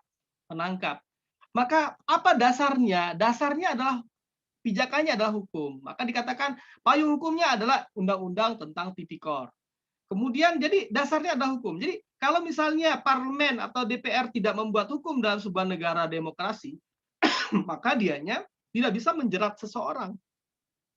Jadi tidak bisa mengikat seseorang. Jadi seseorang hidup dalam sebuah negara itu akan bisa hidup atau tidak hidup atau dimatikan atas dasar kedaulatan hukum. Dan itu sebenarnya dia ada bagian daripada pembentuk hukum. Karena dalam sebuah kedaulatan negara, kedaulatan hukum itu yang membentuk hukum adalah rakyat sendiri. Ya, itu konsep negara nomokrasi. Next berikutnya. Ini perjanjian internasional. Ini variabel kedua. Tadi sudah saya katakan, jadi unsur sebuah negara itu selain 3, memiliki wilayah, memiliki presiden atau pemimpin, kemudian juga memiliki wilayah, ya, rakyat, wilayah, kemudian pemimpin, maka dia juga harus mendapatkan pengakuan. Pengakuan dari negara Indonesia pernah pertama kali diakui oleh Mesir misalnya. Atau misalnya Palestina sampai saat ini belum banyak yang mengakui, tapi hanya beberapa negara-negara termasuk Indonesia yang mengakui Palestina. Maka ketika negara tadi tidak diakui sebagai subjek hukum internasional, maka dia tidak dapat melakukan perjanjian internasional. Jadi dia harus menjadi subjek hukum internasional dulu. Ketika dia sudah menjadi subjek hukum internasional, maka dia dianggap setara di hadapan negara-negara lain untuk memberikan suaranya atau memberikan pandangannya dan juga melakukan perjanjian-perjanjian internasional. Nah, perjanjian internasional yang pertama setelah Perang Dunia Kedua itu adalah perjanjian internasional untuk membentuk Perserikatan Bangsa-Bangsa atau United Nations. Maka cuman ada semacam dominasi dari beberapa negara. Yang pertama dalam pembentuk negaranya atau pendirinya, yang kemudian memiliki hak veto, dan itu sebenarnya hak veto juga melanggar hak asasi manusia dunia ya, karena dia bisa mengubah kesepakatan daripada negara-negara anggota PBB atas dasar suara hak vetonya. Misalnya negara-negara anggota PBB misalnya tidak setuju dengan sikap daripada Israel, tapi kemudian Amerika mengeluarkan vetonya, maka itu tidak berlaku semuanya. Itu sebenarnya mengganggu ya. Tapi apalah daya kitanya, karena sekarang ini walaupun tidak diakui secara de facto, fakta bahwasanya Amerika dan juga negara besar lainnya, Rusia, Cina, itu memiliki dominasi di kancah internasional, tapi dalam pelaksanaannya sendiri, secara kasat mata kita bisa melihat bahwasanya itu adalah suatu hal yang real. Ini ada beberapa yang belum masuk ya di dalam slide, tapi nggak apa-apa, ini ringkasannya aja. Nanti kalau mau slide lengkapnya dari saya tadi setelah revisi ya. Nah, perjanjian internasional itu ada perjanjian yang diadakan oleh subjek-subjek hukum internasional dan bertujuan untuk melahirkan akibat-akibat hukum tertentu. Ya. Jadi negara-negara di dunia yang telah menjadi subjek hukum internasional melakukan perjanjian dengan negara-negara lain untuk kemudian menjadi aturan yang bersifat mengatur secara global. Ya. Jadi kalau misalnya Indonesia setelah menyetujui adanya misalnya tentang apa ya, tentang batas wilayah, misalnya batas wilayah Indonesia, kemudian juga zona ekonomi eksklusif misalnya, maka itu ketika telah disetujui di internasional, maka Indonesia harus mengakui itu, ya, dan meratifikasi undang-undangnya. Jadi tadi moderator juga sempat juga membahas ini juga. Jadi meratifikasi undang-undangnya, menyesuaikan. Jadi meratifikasi itu menyesuaikan undang-undang yang ada di Indonesia untuk kemudian disesuaikan dengan perjanjian internasional. Jadi kalau misalnya itu misalnya tadi ya bilateral, terbatas wilayah itu bilateral. Tapi kalau misalnya dalam komponen wilayah Asia Tenggara, maka dalam perjanjian di ASEAN, maka dia menjadi perjanjian multilateral. Kalau misalnya dalam perjanjian yang lebih luas lagi secara global, atau mungkin dia agak lebih luas lagi, misalnya OIC, misalnya antara negara-negara Islam, OIC, maka dianya pun menjadi sebuah kesepakatan yang multilateral. Banyak negara. Ya. Tapi ada perjanjian-perjanjian yang memang dia ditakutkan merugikan. Misalnya hak asasi manusia itu, kalaupun misalnya hak asasi manusia secara global, umum atas dasar hidup manusia, maka Indonesia mengikuti. Tapi ketika hak asasi manusia untuk mengakui kebebasan LGBT, maka Indonesia tidak mau menyetujui itu misalnya. Maka padahal orang-orang di Barat mengatakan itu sebagai hak asasi manusia, tapi Indonesia tidak, karena melanggar budaya masyarakat Indonesia. Maka Indonesia tidak menyetujui dan tidak menyepakati. Ya, ketika misalnya sudah disepakati oleh wakilnya, maka agak rigid ya sebenarnya perjanjian internasional, karena utusannya juga harus memiliki power penuh dari negara untuk melakukan perjanjian internasional. Saya contohnya kita terkenal ya dengan pahlawan Indonesia Haji Agus Salim itu sebagai diplomat ulung ya. Beliau itu melakukan perjanjian-perjanjian internasional, maka beliau memiliki powerful dari Indonesia untuk melakukan diplomasi dengan negara-negara lain, termasuk dengan Belanda waktu itu. Nah, itu begitu. Jadi agak rigid. Dan kemudian ketika sudah disepakati, kemudian baru nanti perwakilannya dari Menlu atau mungkin dari Presiden langsung, ketika memang levelnya adalah memiliki berkaitan dengan kepentingan kedaulatan negara yang lebih besar, maka Presiden langsung turun. Ya, jadi Presiden berkumpul untuk menyepakati. Tapi kalau memang misalnya hal berkaitan dengan perdagangan atau perjanjian-perjanjian ekonomi, itu bisa diwakilkan oleh wakilnya, yaitu Menteri Luar Negeri, gitu. Atau mungkin Menteri Perdagangan dengan didampingi oleh Menteri Luar Negeri. Tapi negara lain juga sama, tidak boleh misalnya dalam perjanjian internasional setelah penandatanganannya satunya presiden hadir, satunya misalnya menteri, nggak boleh. Jadi harus sama, karena posisinya adalah negara yang memiliki kedaulatan yang sama. Ya, Presiden Jokowi hadir misalnya, sedangkan di Malaysia yang hadir bukan perdana menteri, tapi yang hadir adalah menteri luar negerinya, itu nggak boleh. Jadi itu namanya menghina kedaulatan negara Indonesia kalau begitu. Jadi harus sama hadirnya. Ya. Berikutnya, next. Nah, definisi daripada perjanjian internasional itu dalam bahasa ilmiahnya, yaitu traktat ya. Itu tertuang dalam Undang-Undang Nomor 37 Tahun 1999. Jadi perjanjian internasional ada perjanjian dalam bentuk dan sebutan apapun yang diatur oleh hukum internasional dan dibuat secara tertulis oleh pemerintah Republik Indonesia dengan satu atau lebih negara, organisasi internasional atau subjek hukum internasional lainnya, serta menimbulkan hak dan kewajiban pada pemerintah RI yang bersifat hukum publik. Nah, kalau ujungnya ini dampak, jadi bahasanya ketika menimbulkan hak dan kewajiban itu berarti berimplikasi kepada banyak hal. Ya. Maka kepada hak dan kewajiban daripada negara Indonesia, hak dan kewajiban dalam menyesuaikan undang-undangnya.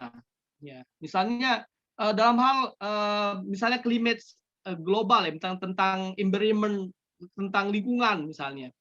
Jadi ketika sudah disepakati tentang tentang ini dunia tentang penjagaan lingkungan, Indonesia sudah melakukan tanda tangan juga, maka Indonesia pun harus meratifikasi undang-undang tentang lingkungan hidupnya, ya gitu. Jadi disesuaikan gitu, disesuaikan. Dan ketika misalnya Indonesia boleh bakar-bakar hutan misalnya, ketika memang sudah sepakat secara internasional menjaga lingkungan hidup tidak boleh membakar hutan dan sebagainya, maka Indonesia harus mengubah undang-undangnya menyesuaikan dengan kesepakatan internasional tadi. Kemudian berikutnya definisi perjanjian internasional, next.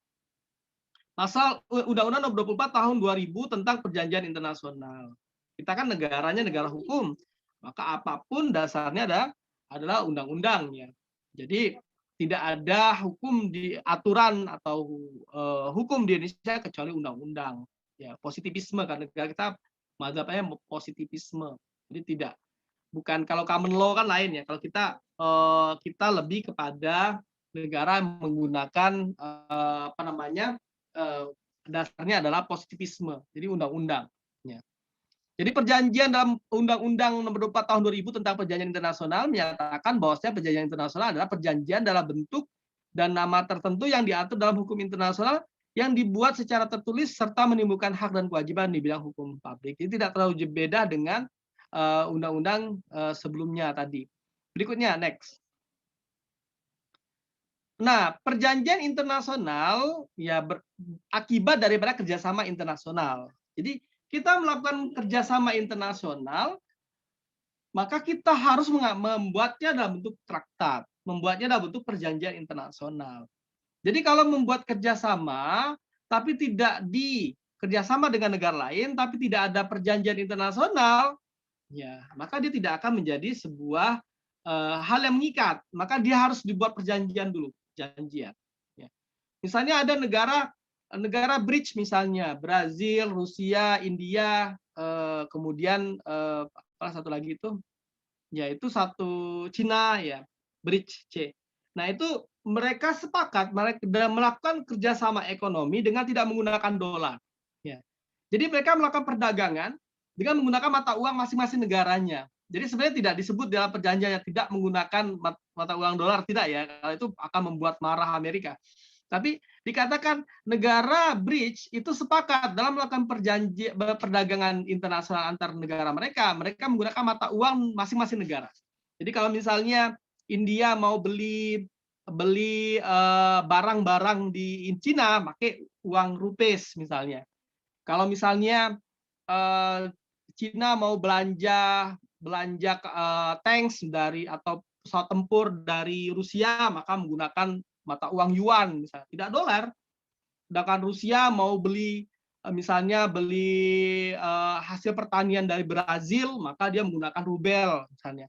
Jadi tidak menggunakan dolar. Jadi uang itu karena kesepakatan negara besar ini, bridge tadi, maka mereka itu untuk memudahkan perekonomian antara mereka dan tidak dijajah oleh dolar begitu. Maka kemudian menggunakan mata uang mereka. Jadi rubelnya Rusia itu diakui di Brazil. Jadi kalau di Indonesia kan agak susah nih nyari rubel di Indonesia. Indonesia lebih cenderung sukanya dengan Amerika, dolar kayak emas di Indonesia. Maka kalau di Brazil nyari rubel banyak. Ya, kalau di Indonesia kan susah. Ya, nyari rubel, aduh di mana dapatnya? Padahal Rusia negara besar. Atau misal rupiah. Kalau rupiah di Indonesia mana laku? Rupiahnya India itu di Indonesia. Ya, nyarinya setengah mati ya, yang uangnya gambarnya Mahatma Gandhi itu. Tapi kalau di negara Rusia banyak rupiah karena Rusia sendiri juga membelanja ke India hal-hal bersifat hal-hal ekspor impornya itu dengan menggunakan mata uang dari ketika India belanja ya maka menggunakan rupiah sedangkan Rusia rubel. Jadi itu dibuat. Jadi perjanjian internasional itu akibat daripada kerjasama internasional. Ke Indonesia kan OIC. Jadi antar negara-negara Islamnya misalnya perjanjian nggak jelas. Jadi hubungan antara negara-negara Islam ini yang ada misalnya mereka melakukan kerjasama tapi lebih kepada bersifat hal-hal yang bersifat dengan pendidikan. Tapi kalau bersifat politis sudah belum berani untuk menentukan sikap. Misalnya tentang Palestina, tentang Amerika, dominasi Amerika terhadap negara anggota OIC. Misalnya negara OIC yang diserang oleh atau diembargo dan diserang oleh Amerika, misalnya Irak dan juga Libya, misalnya itu tidak ada suaranya OIC kan begitu. Ya. Atau mungkin perjanjian internasional, kerjasama internasional negara-negara Eropa yang menggunakan satu mata uang, yaitu euro misalnya. Jadi mereka berani untuk mengorbankan, misalnya Belanda berani mengorbankan mata uang goldennya yang punya sejarah panjang kerajaannya, kejayaannya itu ganti dengan euro. Termasuk Yunani juga mengganti mata uangnya dengan euro. Jadi begitu, satu wilayah Eropa itu, kecuali Eropa Timur ya, Rusia dan juga wilayah bekas-bekas Rusia Soviet tidak ikut anggota Uni Eropa. Termasuk Inggris, karena pound sterlingnya merasa lebih baik, maka kemudian mereka tidak menggunakan euro. Nah, itu kerjasama internasional yang mereka tanda tangani jadi anggota Uni Eropa untuk menandatangani bahwasanya mereka sepakat menggunakan mata uang satu, yaitu euro, gitu misalnya. Maka kemudian negara pulang ke negara masing-masing meratifikasi, kita tidak lagi menggunakan mata uang euro. Misalnya Indonesia, ASEAN misalnya. ASEAN juga sama misalnya. Ada Malaysia menggunakan ringgit, Indonesia menggunakan rupiah, kemudian Filipina menggunakan peso, kemudian Vietnam, Singapura menggunakan dolar Singapura, Vietnam saya nggak tahu Pak. Kemudian dan sebagainya ya misalnya. Nah itu ketika mereka bisa sepakat menggunakan mata uang yang sama untuk perdagangan di ASEAN, maka membuat perjanjian ditandatangani oleh diplomatnya atau utusannya, masuk juga presiden kita menandatangani atau menteri keuangan, kemudian kembali ke negara kita, maka kita tidak lagi menggunakan mata uang rupiah yang nolnya banyak itu, ya. Tapi kita menggunakan mata uang yang sama. Mungkin mata uang apa yang bisa sepakati? Misalnya mata uangnya ASEAN misalnya. Atau mata uangnya ringgit misalnya, kan enak, ringgit nolnya nggak banyak, begitu. Nah itu hasil daripada kerjasama. Jadi perjanjian internasional ada perjanjian yang dilakukan oleh subjek-subjek hukum internasional dan mempunyai tujuan untuk melahirkan akibat-akibat hukum. Jadi kalau sudah melakukan kerjasama dan perjanjian, maka munculnya akibat-akibat hukum yang harus dilaksanakan oleh para penandatangan daripada perjanjian internasional tadi. Next, berikutnya. Nah, tahapan perjanjian internasional. Dalam Konvensi Wina tahun 1969, tahapannya itu ada 3. Pertama, melakukan perundingan. Perundingannya juga berhari-hari ya. Biasanya mereka kumpul dalam suatu tempat, melakukan perundingan. Kemudian melakukan penandatanganan. Tangannya oleh siapa nih? Oleh presiden atau menteri luar negerinya. Itu harus disepakati dulu dari perundingan tadi. Kita sepakat dengan perundingan ini untuk menentukan ini, dan utusan atau diplomat dalam perundingan ini harus selalu berhubungan terus dengan presiden dan juga menteri luar negeri. Ya tidak boleh misalnya melakukan perjanjian tapi atas nama daripada negara, tetapi melakukan perjanjian untuk kepentingan pribadinya, nggak boleh. Apalagi berkaitan dengan ekonomi, ya, nggak boleh. Atau menteri misalnya menteri pertahanan misalnya menteri pertahanan datang ke Malaysia melakukan perjanjian internasional, itu nggak boleh. Tapi kalau jadi atas dasar jabatannya itu tidak bisa. Dia harus benar-benar memiliki powerful dari negara untuk menjadi diplomat. Maka diutuslah misalnya satu orang yang disepakati oleh negara Indonesia untuk berangkat ke misalnya di Bangkok untuk melakukan penandatangan kerjasama pertahanan Indonesia misalnya. Vietnam misalnya, Bangkok, Vietnam, Indonesia, Malaysia kumpul bersama di sana untuk kemudian melakukan kerjasama internasional terkait dengan pertahanan wilayah teritorial misalnya. Maka itu utusannya bukan asal datang dia menteri pertahanan kemudian tanda tangan, tidak boleh. Dia harus benar-benar. Karena nanti dampaknya lebih kepada undang-undang yang harus diratifikasi. Jadi perundingan ya. Next, berikutnya. Jadi pertama perundingan.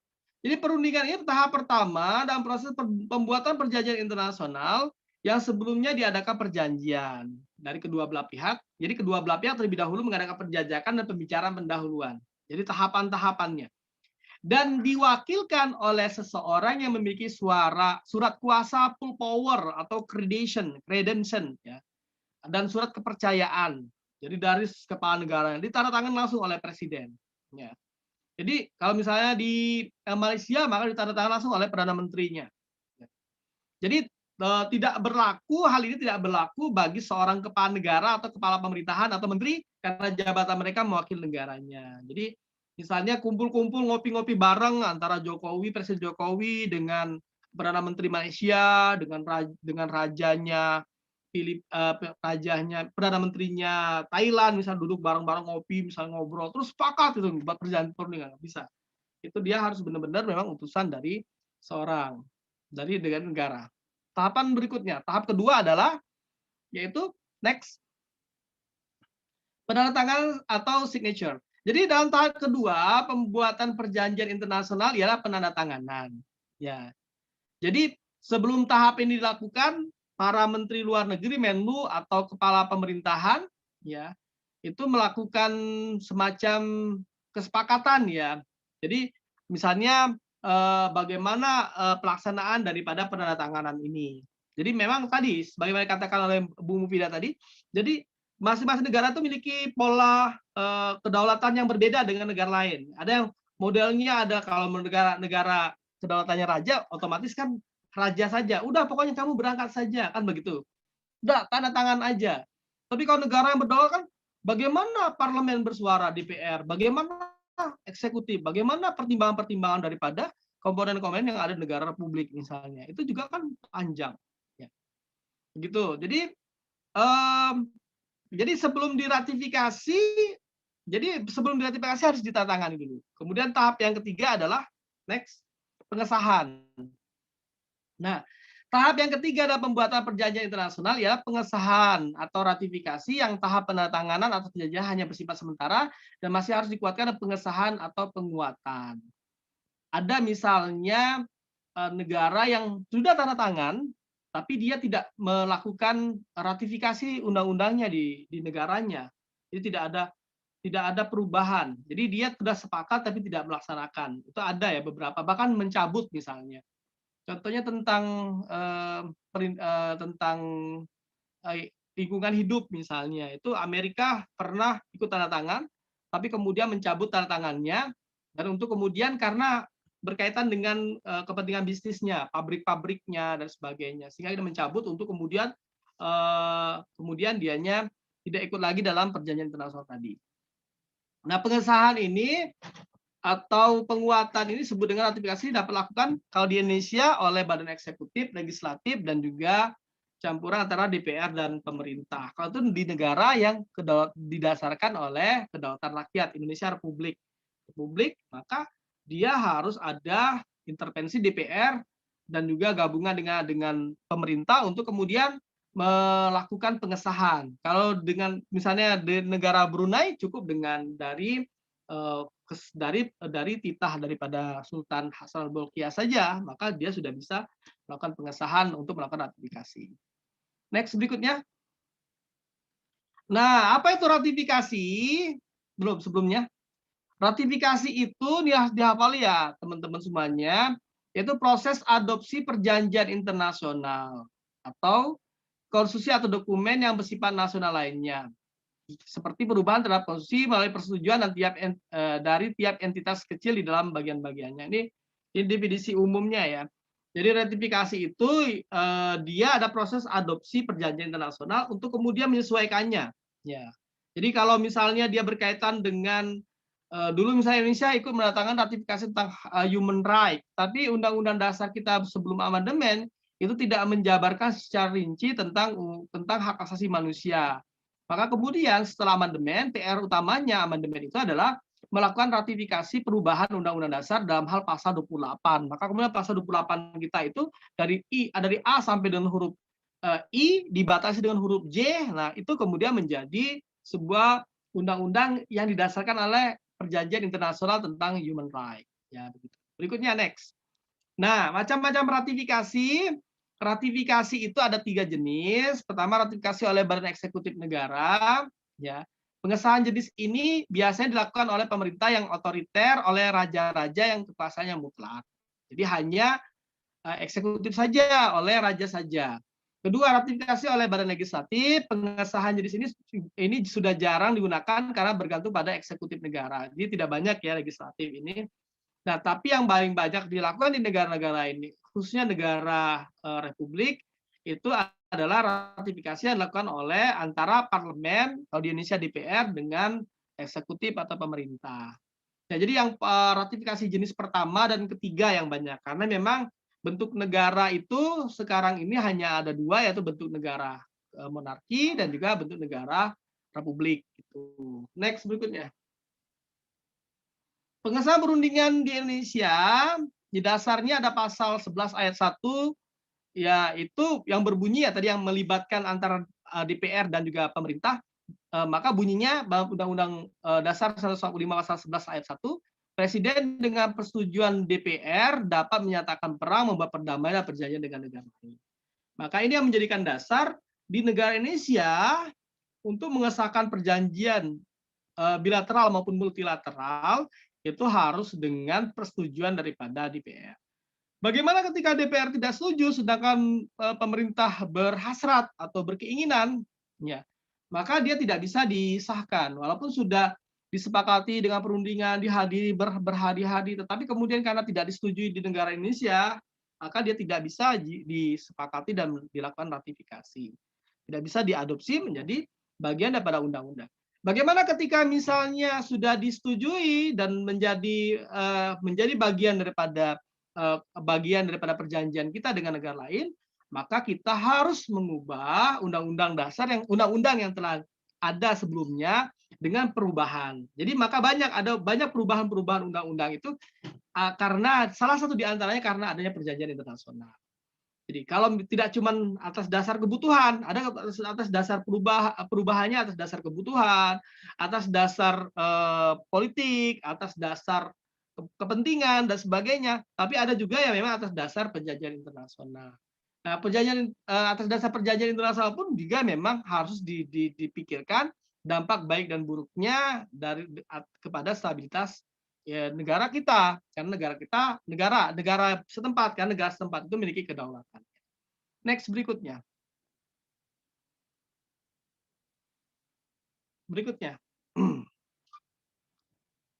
Ke bawah. Ya. Habis ya? Ya, habis. Jadi sebenarnya kalau di slide yang sudah saya revisi itu sudah saya berikan pertanyaan-pertanyaannya. Pertanyaannya, apakah perjanjian internasional itu berdampak mempengaruhi kedaulatan negara anggota penandatangan perjanjian. Nah, maka jawabannya kita diskusikan nanti lebih lanjut lagi. Tapi pada dasarnya pasti berdampak. Cuman dalam hal apa dulu perjanjiannya? Maka ketika misalnya dia melakukan perjanjian dalam hal perekonomian, ekspor impor, misalnya Indonesia pernah melarang mengekspor bahan baku ke luar negeri, tapi karena ada perjanjian internasional perdagangan membolehkan, maka kemudian mengubah lagi dan cara diam-diam untuk kemudian membolehkan ekspor impornya, misalnya seperti itu.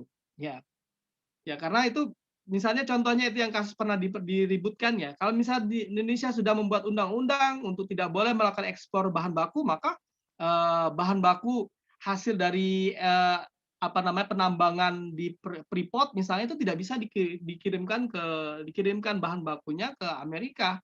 Tapi karena adanya perjanjian internasional yang mengikat, akhirnya Indonesia mengubah lagi peraturan perundang-undangannya.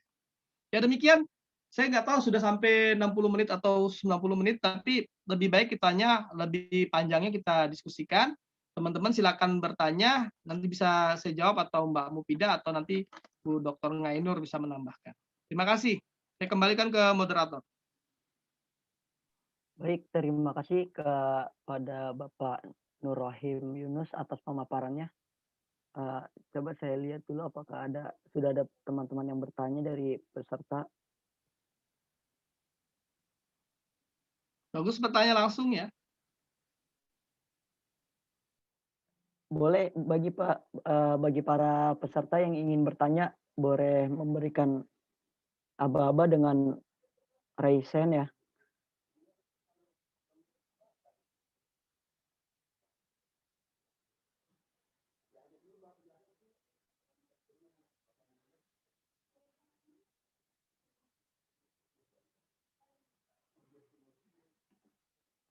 Oke Pak, mungkin saya mau bertanya sedikit Pak mengenai tadi pengesahan tadi ya Pak.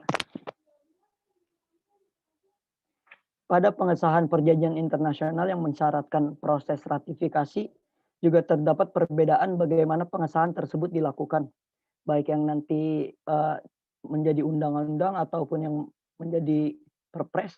Nah, untuk undang-undang sendiri kan mengharuskan adanya naskah akademik. Apakah di dalam naskah akademik itu terdapat proses penyelarasan dengan konstitusi kita, Pak, dari sejarah perjalanan perjanjian internasional yang diikuti oleh Indonesia sendiri? Iya, mungkin itu Pak pertanyaan dari Ya, baik. Langsung kita diskusikan ya. Sambil teman-teman berpikir apa yang mau ditanyakan ya. Jadi begini, jadi ketika kita sudah menyepakati perjanjian internasional baik bilateral maupun multilateral, maka kemudian itu kita lihat ketika memang dia berkaitan dengan hajat besar rakyat Indonesia, maka dia harus melakukannya dengan perubahan undang-undang. Ketika memang dia ada bagian daripada pelaksanaan undang-undang, maka bisa dilakukan dengan peraturan presiden. Maka kalau peraturan presiden kan di bawah undang-undang. Itu lebih, kalau dalam hierarki peraturan perundang-undangan itu lebih ringan ya, karena memang dia hanya didasarkan oleh presiden saja. Sedangkan kalau undang-undang, maka dia harus dimasukkan dalam program legislasi nasional, prolegnas, dan di situ harus dibuatkan naskah akademiknya. Maka naskah akademik yang ada itu komponennya ada di antara yang wajib itu adalah aspek filosofisnya, aspek sosiologis, kemudian juga aspek yuridis, 3 ya. Filosofis, sosiologis, yuridis. Maka kalau misalnya dia mau mengubah undang-undang, baik yang diajukan oleh DPR maupun diajukan oleh pemerintah, ya, kalau ratifikasi undang-undang hasil daripada perubahan yang diajukan karena dampak daripada perjanjian internasional, biasanya diajukan oleh pemerintah kepada DPR. Maka pemerintah mengajukan rancangan RUU perubahan undang-undang yang sudah ada dengan memasukkan naskah akademik, diantaranya dalam aspek sosiologisnya adalah karena pertimbangan daripada perjanjian internasional. Ya, dengan melihat secara luas filosofisnya, sosiologisnya, yuridisnya. Ini lebih berkaitan dengan secara yuridis sebenarnya ya, karena dia mengikat traktat itu mengikat negara anggota penandatangan. Maka kemudian itu akan menimbang. Ketika memang misalnya itu sudah dibuat kemudian ternyata berdampak negatif terhadap kedaulatan negara, maka rakyat Indonesia kemudian bisa menggugatnya, melakukan judicial review kepada Mahkamah Konstitusi. Maka kemudian Mahkamah Konstitusi memberikan pertimbangan apakah memang ini berdampak baik atau tidak terhadap kedaulatan negara Indonesia.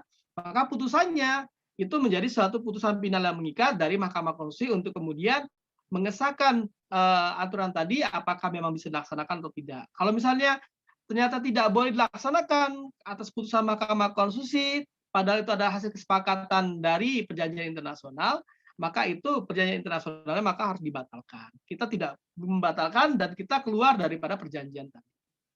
Itu seperti itu. Sedangkan yang lain dari Zahid tadi ya. Ya, baik, terima kasih Pak. Ini ada yang bertanya di kolom komentar. Mohon izin saya bacakan. Dari Livia Okta Suryaningsih,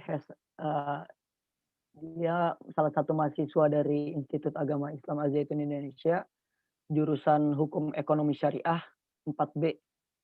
Bertanya, dalam kasus COVID banyaknya larangan mudik untuk setiap orang baik luar kota maupun provinsi. Mengenai kasus ini di Indonesia menekankan WNA dilarang masuk ke negara kita. Tapi pada kenyataannya masih banyak WNA yang masuk seperti warga Cina. Apa solusi mengenai kasus demikian? Ya. Langsung jawab ya, moderator. Ya, boleh Pak, silakan. Jadi ini bagus sebenarnya, ini pertanyaannya ya. Ini sebenarnya lebih kepada kebijakan dari pemerintah. Ya. Cuma memang kebijakan pemerintah Indonesia ini juga berkaitan dengan kesepakatan yang telah ada sebelumnya dengan negara-negara lain. Jadi kita membuka kesepakatan internasional untuk membolehkan adanya kunjungan dari warga negara lain kepada negara Indonesia. Tapi sebenarnya kalau memang pemerintah atas dasar kedaulatannya berkeras untuk melaksanakan daripada aturan daripada negara, harusnya tidak boleh misalnya membolehkan warga negara asing karena kondisi COVID begini untuk masuk ke negara Indonesia. Contohnya Rusia. Saya mahasiswa di Rusia, S3 di Rusia. Sampai saat ini saya belum bisa masuk ke Rusia karena negara Rusia membela warga negaranya untuk tidak terkontaminasi dengan virus corona ini, sehingga kemudian mengunci border atau bandaranya, penerbangannya dengan mengorbankan ekonomi negara dari luar negeri, itu demi untuk kesehatan warga negaranya. Ya, kalau Indonesia kan tidak. Indonesia berani terhadap warga negaranya untuk tidak boleh mudik, tapi tidak berani kepada negara asing untuk datang ke Indonesia. Nah, ini bagian daripada kritik kita terhadap kebijakan pemerintah sebenarnya. Tapi kalau dikaitkan dengan hukum internasional itu sesuatu yang baku, tapi juga tidak harga mati begitu. Yang saya katakan tadi, kalau misalnya Mahkamah Konstitusi misalnya memutuskan ini melanggar hak konstitusional warga negara Indonesia, padahal itu sudah menjadi kesepakatan internasional, perjanjian internasional bilateral misalnya atau multilateral, maka bisa dibatalkan. Ya, dibatalkan dan kemudian Indonesia harus keluar untuk tidak lagi menjadi anggota penandatangan kesepakatan perjanjian internasional tadi gitu misalnya. Itu contohnya pernah jadi dulu kesepakatan internasional mengatakan batas wilayah itu 3 mil ya dari daratan. Sedangkan Indonesia, Pulau Jawa dengan Sulawesi, Kalimantan itu kalau 3 mil ada wilayah-wilayah laut Indonesia yang itu tidak masuk wilayah Indonesia. Ya, maka menjadi dianggap sebagian bagian pada wilayah internasional dan itu merugikan Indonesia. Maka padahal Indonesia sendiri sudah menyatakan bahwa wilayah Indonesia terdiri dari tanah dan air begitu. Jadi tidak cuma daratan tapi juga perairan. Nah, itu kemudian akhirnya Indonesia mengajukan gugatan internasional dan kemudian untuk wilayah Indonesia sendiri kemudian disepakati batas-batas terluarnya saja. Jadi 3 mil zona ekonomi inklusif itu eksklusif ya, itu 12 mil. Nah, itu kemudian itu bukan masuk antara Laut Jawa dengan Sulawesi Kalimantan tadi yang kemudian memiliki peluang zona wilayah internasional di dalam wilayah Indonesia, tetapi kemudian hanya batas terluar saja. Misalnya Pulau Sumatera yang di ujung misalnya misalnya di Jawa dengan laut selatan misalnya, dan juga misalnya antara Riau dengan Singapura dan Malaysia misalnya. Itu kan mereka harus sepakat batasannya. Kalau 3 mil saja itu mungkin masuk ke wilayah Singapura antara Batam dengan Singapura karena Singapura sendiri kelihatan dari Batam ya misalnya. Maka dia disepakatinya begitu. Jadi tengah-tengah. Jadi dibagi dua saja, batasnya bagi dua lautnya. Nah, itu ya sebenarnya. Tapi kalau merugikan, itu pernah perjanjian internasional merugikan negara Indonesia, maka Indonesia harus melakukan gugatan. Ya, kalau misalnya perjanjian bilateralnya merugikan sepihak misalnya perjanjian internasionalnya misalnya seperti sengketa antara Indonesia dan Malaysia tentang Pulau Sipadan dan Ligitan misalnya. Maka di situ kan kesepakatan internasional menyatakan dilihat secara historis, kemudian dilihat juga secara historisnya itu bekas jajahan siapa, kemudian juga bekas wilayah siapa, dan secara sosiologis masyarakat yang tinggal di sana masyarakat mana dan siapa yang menguasainya, ada bukti tidak Indonesia pernah minimal naruh bendera di sana misalnya. Tapi ternyata secara historis sendiri Indonesia kalah karena ternyata di sana orang Malaysia sudah bertahun-tahun menggunakan sinyal TV-nya dari Malaysia, menggunakan mata uang Malaysia, berbahasa Malaysia. Padahal itu dulunya adalah bekas jajahan wilayah Hindia Belanda begitu. Jadi itu ya kemudian sehingga Indonesia dalam sengketa Sipadan dan Ligitan itu Indonesia kalah. Ya, Indonesia kalah dan lepaslah 2 pulau itu udah menjadi wilayah dari negara Malaysia, kerajaan Malaysia. Dan kalau misalnya ada wilayah lain terluar yang memang tidak dihuni, itu harusnya memang Indonesia minimal naruh bendera di sana, itu adalah wilayah Indonesia. Ya. Begitu ya. Lanjut silakan. Baik, terima kasih Pak. Saya mau bertanya lagi nih Pak, berkaitan dengan implementasi jika suatu perjanjian internasional yang diratifikasi ke dalam undang-undang, khususnya jika dibatalkan oleh MK, kemudian konsekuensinya adalah Indonesia harus keluar dari perjanjian internasional seperti yang Bapak sebutkan tadi, yang telah diikuti. Padahal untuk keluar dari suatu perjanjian internasional juga tidak mudah, Pak. Apalagi ada juga perjanjian internasional yang tidak mengatur tentang pengunduran diri. Itu seperti bagaimana, Pak, Ya, untuk mengatasi? ya. Itu biasanya memang sangat sulit terjadi ya. Sangat jarang terjadi, bahkan Indonesia belum pernah ya terjadi perjanjian telah disepakati ternyata tidak kemudian diratifikasi dalam undang-undang kita, tidak diadopsi oleh undang-undang kita atau ditolak oleh warga negara kita. Karena ketika melakukan perjanjian internasional dengan melakukan tahapan-tahapan tadi, perundingan, penandatanganan, pengesahan, itu tahapan panjang yang pastinya itu dipikirkan secara matang oleh diplomat kita, termasuk oleh kepala negara kita, dan juga Menteri Luar Negeri kita, untuk memikirkan dampak secara panjang dan juga dampak secara pendek dari atas kedaulatan dari negara kita. Maka kemudian ketika memang misalnya itu kemudian dibatalkan, tetap memang atas dasar kedaulatan negara boleh. Contohnya misalnya Amerika yang saya katakan tadi, Amerika pernah membatalkan perjanjian dalam environment-nya, yaitu misalnya lingkungan hidup, ya, environment life. Jadi perjanjian tentang lingkungan hidup, karena memang Amerika menganggap itu merugikan bisnis Amerika dan juga pabrik-pabrik yang ada di Amerika. Maka kemudian dia keluar dan mengatakan batal keluar dari perjanjian tadi. Itu adalah kebijakan dari presiden presiden sebelum ini siapa namanya lupa saya. Ya terkenal ya. Donald Trump ya, Donald Trump itu mengatakan kita tidak lagi sepakat dengan perjanjian tentang lingkungan hidup tadi karena merugikan sistem perekonomian yang ada di Amerika begitu. Jadi itu boleh saja dan tidak ada negara lain yang kemudian marah, kemudian melakukan embargo dan sebagainya, tidak ada. Karena itu ada sebagian daripada keinginan daripada negara tersebut. Nanti kalau misalnya presiden barunya membuat kesepakatan lagi dan ikut lagi bergabung, nggak masalah. Indonesia misalnya pernah keluar dari anggota PBB. PBB itu United Nation itu adalah bagian daripada perjanjian besar internasional.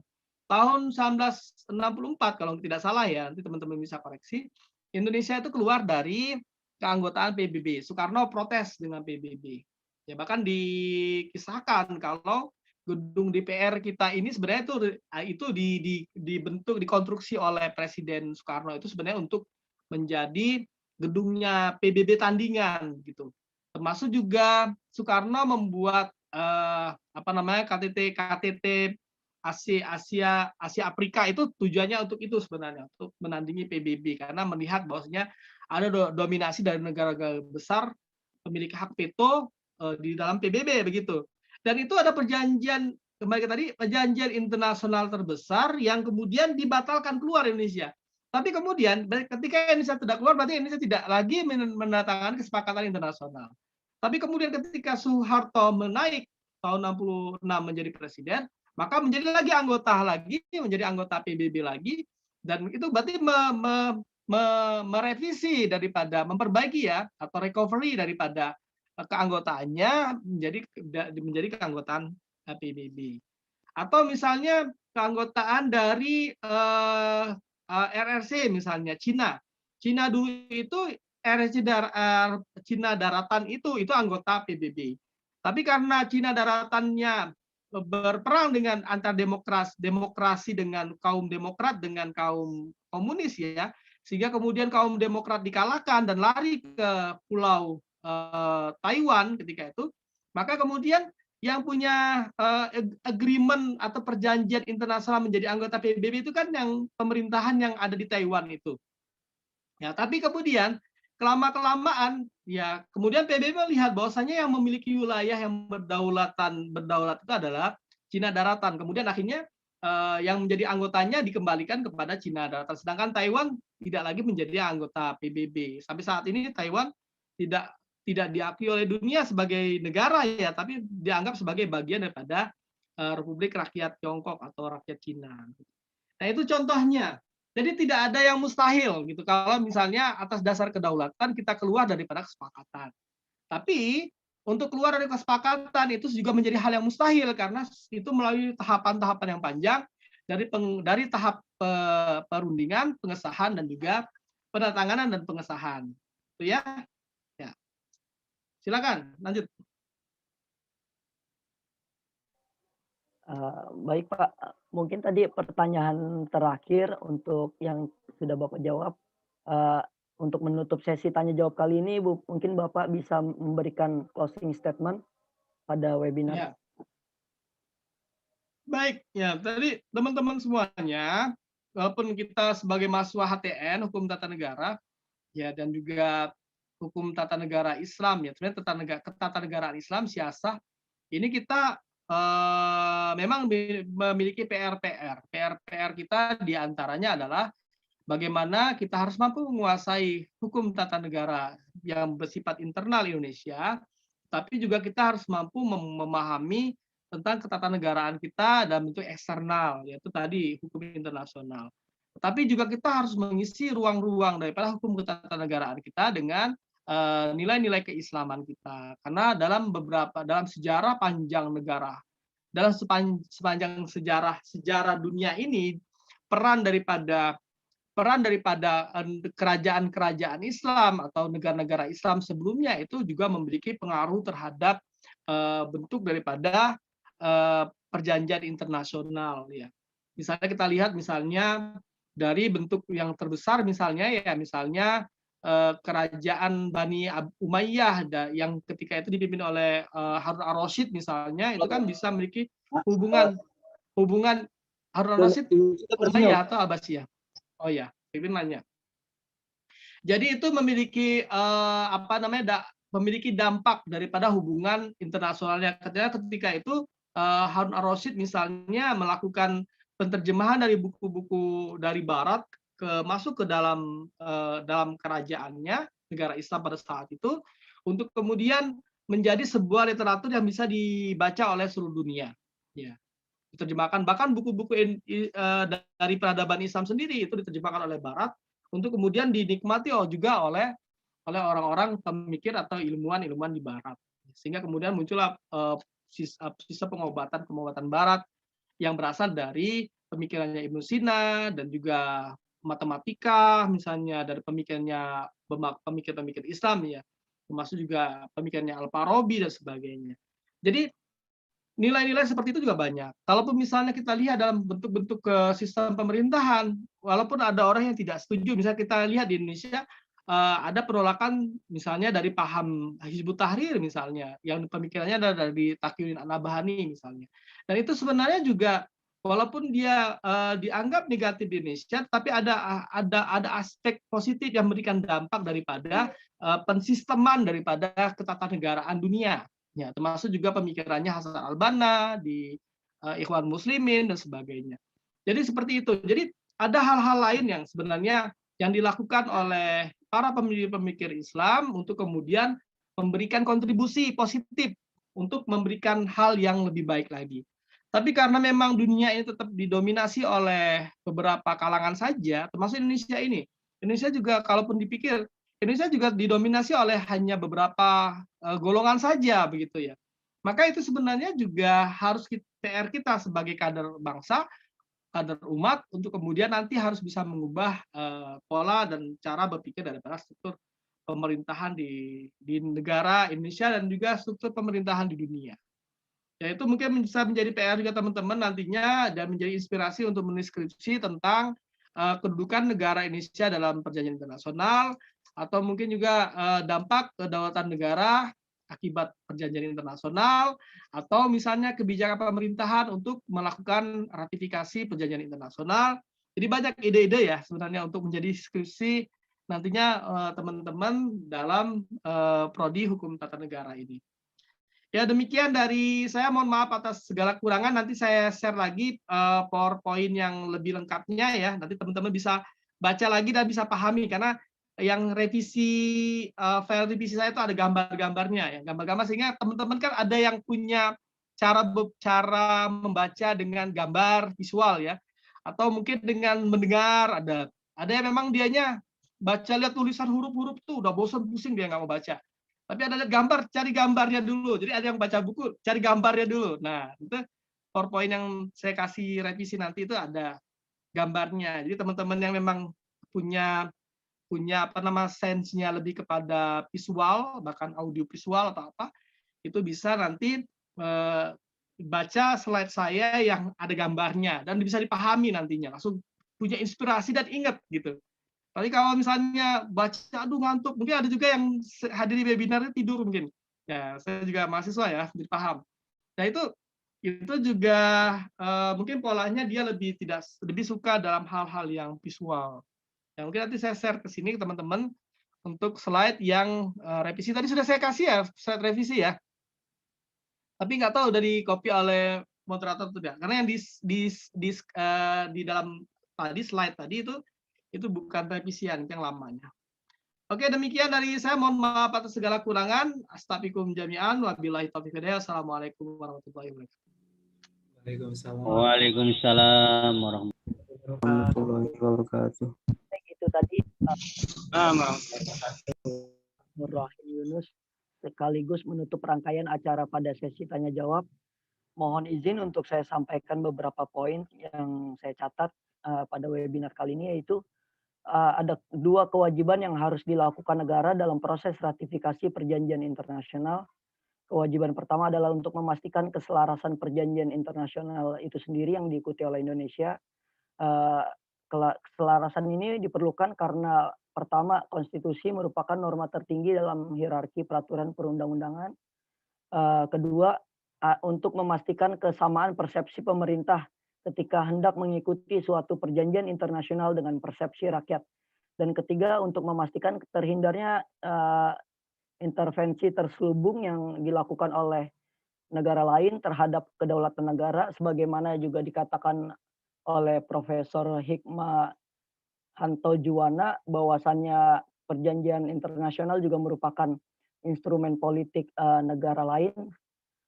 Tentu ada terdapat niat-niat terselubung di sana yang kemudian harus diperhatikan lebih mendalam oleh para pemimpin kita. Kemudian juga kewajiban kedua adalah untuk mentransformasikan perjanjian internasional ke dalam hukum nasional. Kewajiban transformasi ini terutama pada perjanjian internasional yang memiliki substansi lawmaking treaties, dilakukan untuk mengubah ketentuan yang berlaku dalam suatu negara. Dalam hal ini berarti perlu penerjemahan ketentuan dalam perjanjian internasional ke dalam peraturan perundang-undangan suatu negara. Hal demikian dikarenakan dokumen ratifikasi tidak dapat dijadikan dasar untuk memberlakukan perjanjian internasional dalam proses hukum di tingkat nasional. Saya kira cukup dari saya karena kita juga sudah di penghujung acara. Untuk itu saya ucapkan jazakumullah khairan kasiron kepada Ibu Mufidah dan Bapak Nur Rahim Yunus atas waktu dan ilmunya. Semoga menjadi manfaat bagi teman-teman peserta yang sudah hadir pada kesempatan ini. Juga kepada teman-teman peserta semua yang hadir dalam webinar ini, saya ucapkan terima kasih atas perhatiannya. Saya Zaid Al-Hanif selaku moderator, mohon maaf apabila ada perkataan yang kurang berkenan. Dengan ini saya mohon undur diri. Wastagfirullah, innallaha ghafurur rahim. Saya kembalikan kepada saudara Muhammad Isa Asrofuddin selaku MC. Assalamualaikum warahmatullahi wabarakatuh. Waalaikumsalam warahmatullahi wabarakatuh. Terima kasih kepada moderator yang telah memimpin webinar ini.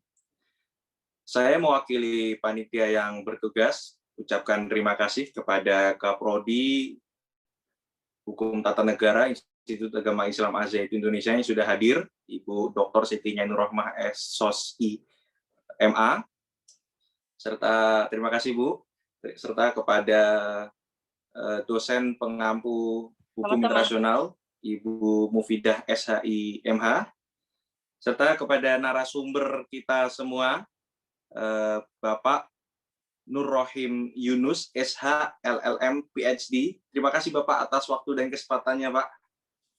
Ya, terima kasih. Masuk ke acara selanjutnya, sesi foto bersama. Kepada seluruh hadirin dimohon untuk mengaktifkan kameranya. Baik, saya akan memimpin ya untuk slide pertama. 1, 2, 3.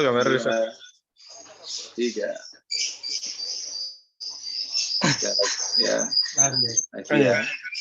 Teman-teman yang lain juga bisa ikut bantu screenshot. 1, 2, 3. Oke, slide berikutnya. Sebentar. 1, 2, 3. Berhubung saya pakai tablet, jadi cukup banyak yang harus di screenshot. Sekali lagi, yang slide berikutnya 1, 2, 3. Oke. Baik.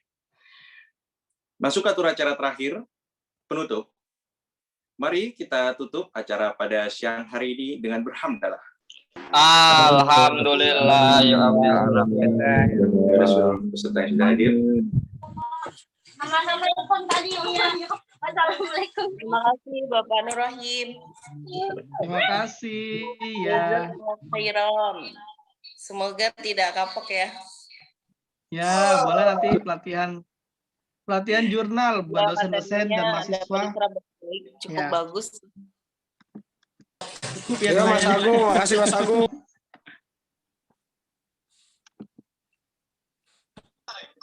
Makasih buat Bang Manan.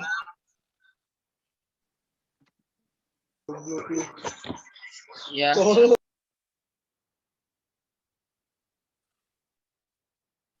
Saya pamit ya, anak-anak semuanya. Terima kasih Sampai banyak, ketemu lagi di sesi berikutnya. Bapak. Baik, Pak. Ya, assalamualaikum warahmatullahi wabarakatuh. Agung Sandaji. Ganteng banget. Jible. Halo guys. Jible. Sudah selesai ya berarti ya. Terima kasih kepada seluruhnya. Jible. Pak Agus kok nggak nanya? Saya nunggu pertanyaan dari Pak Kamto nih, nggak ada. Iya, Mas. Biasanya aktif juga. Yang HT6 jangan keluar dulu ya. Oh, dapat THR ya, Mbak Nur? Bukan, gini aja sih, karena acara kita ini dadakan, dimohon lanjutnya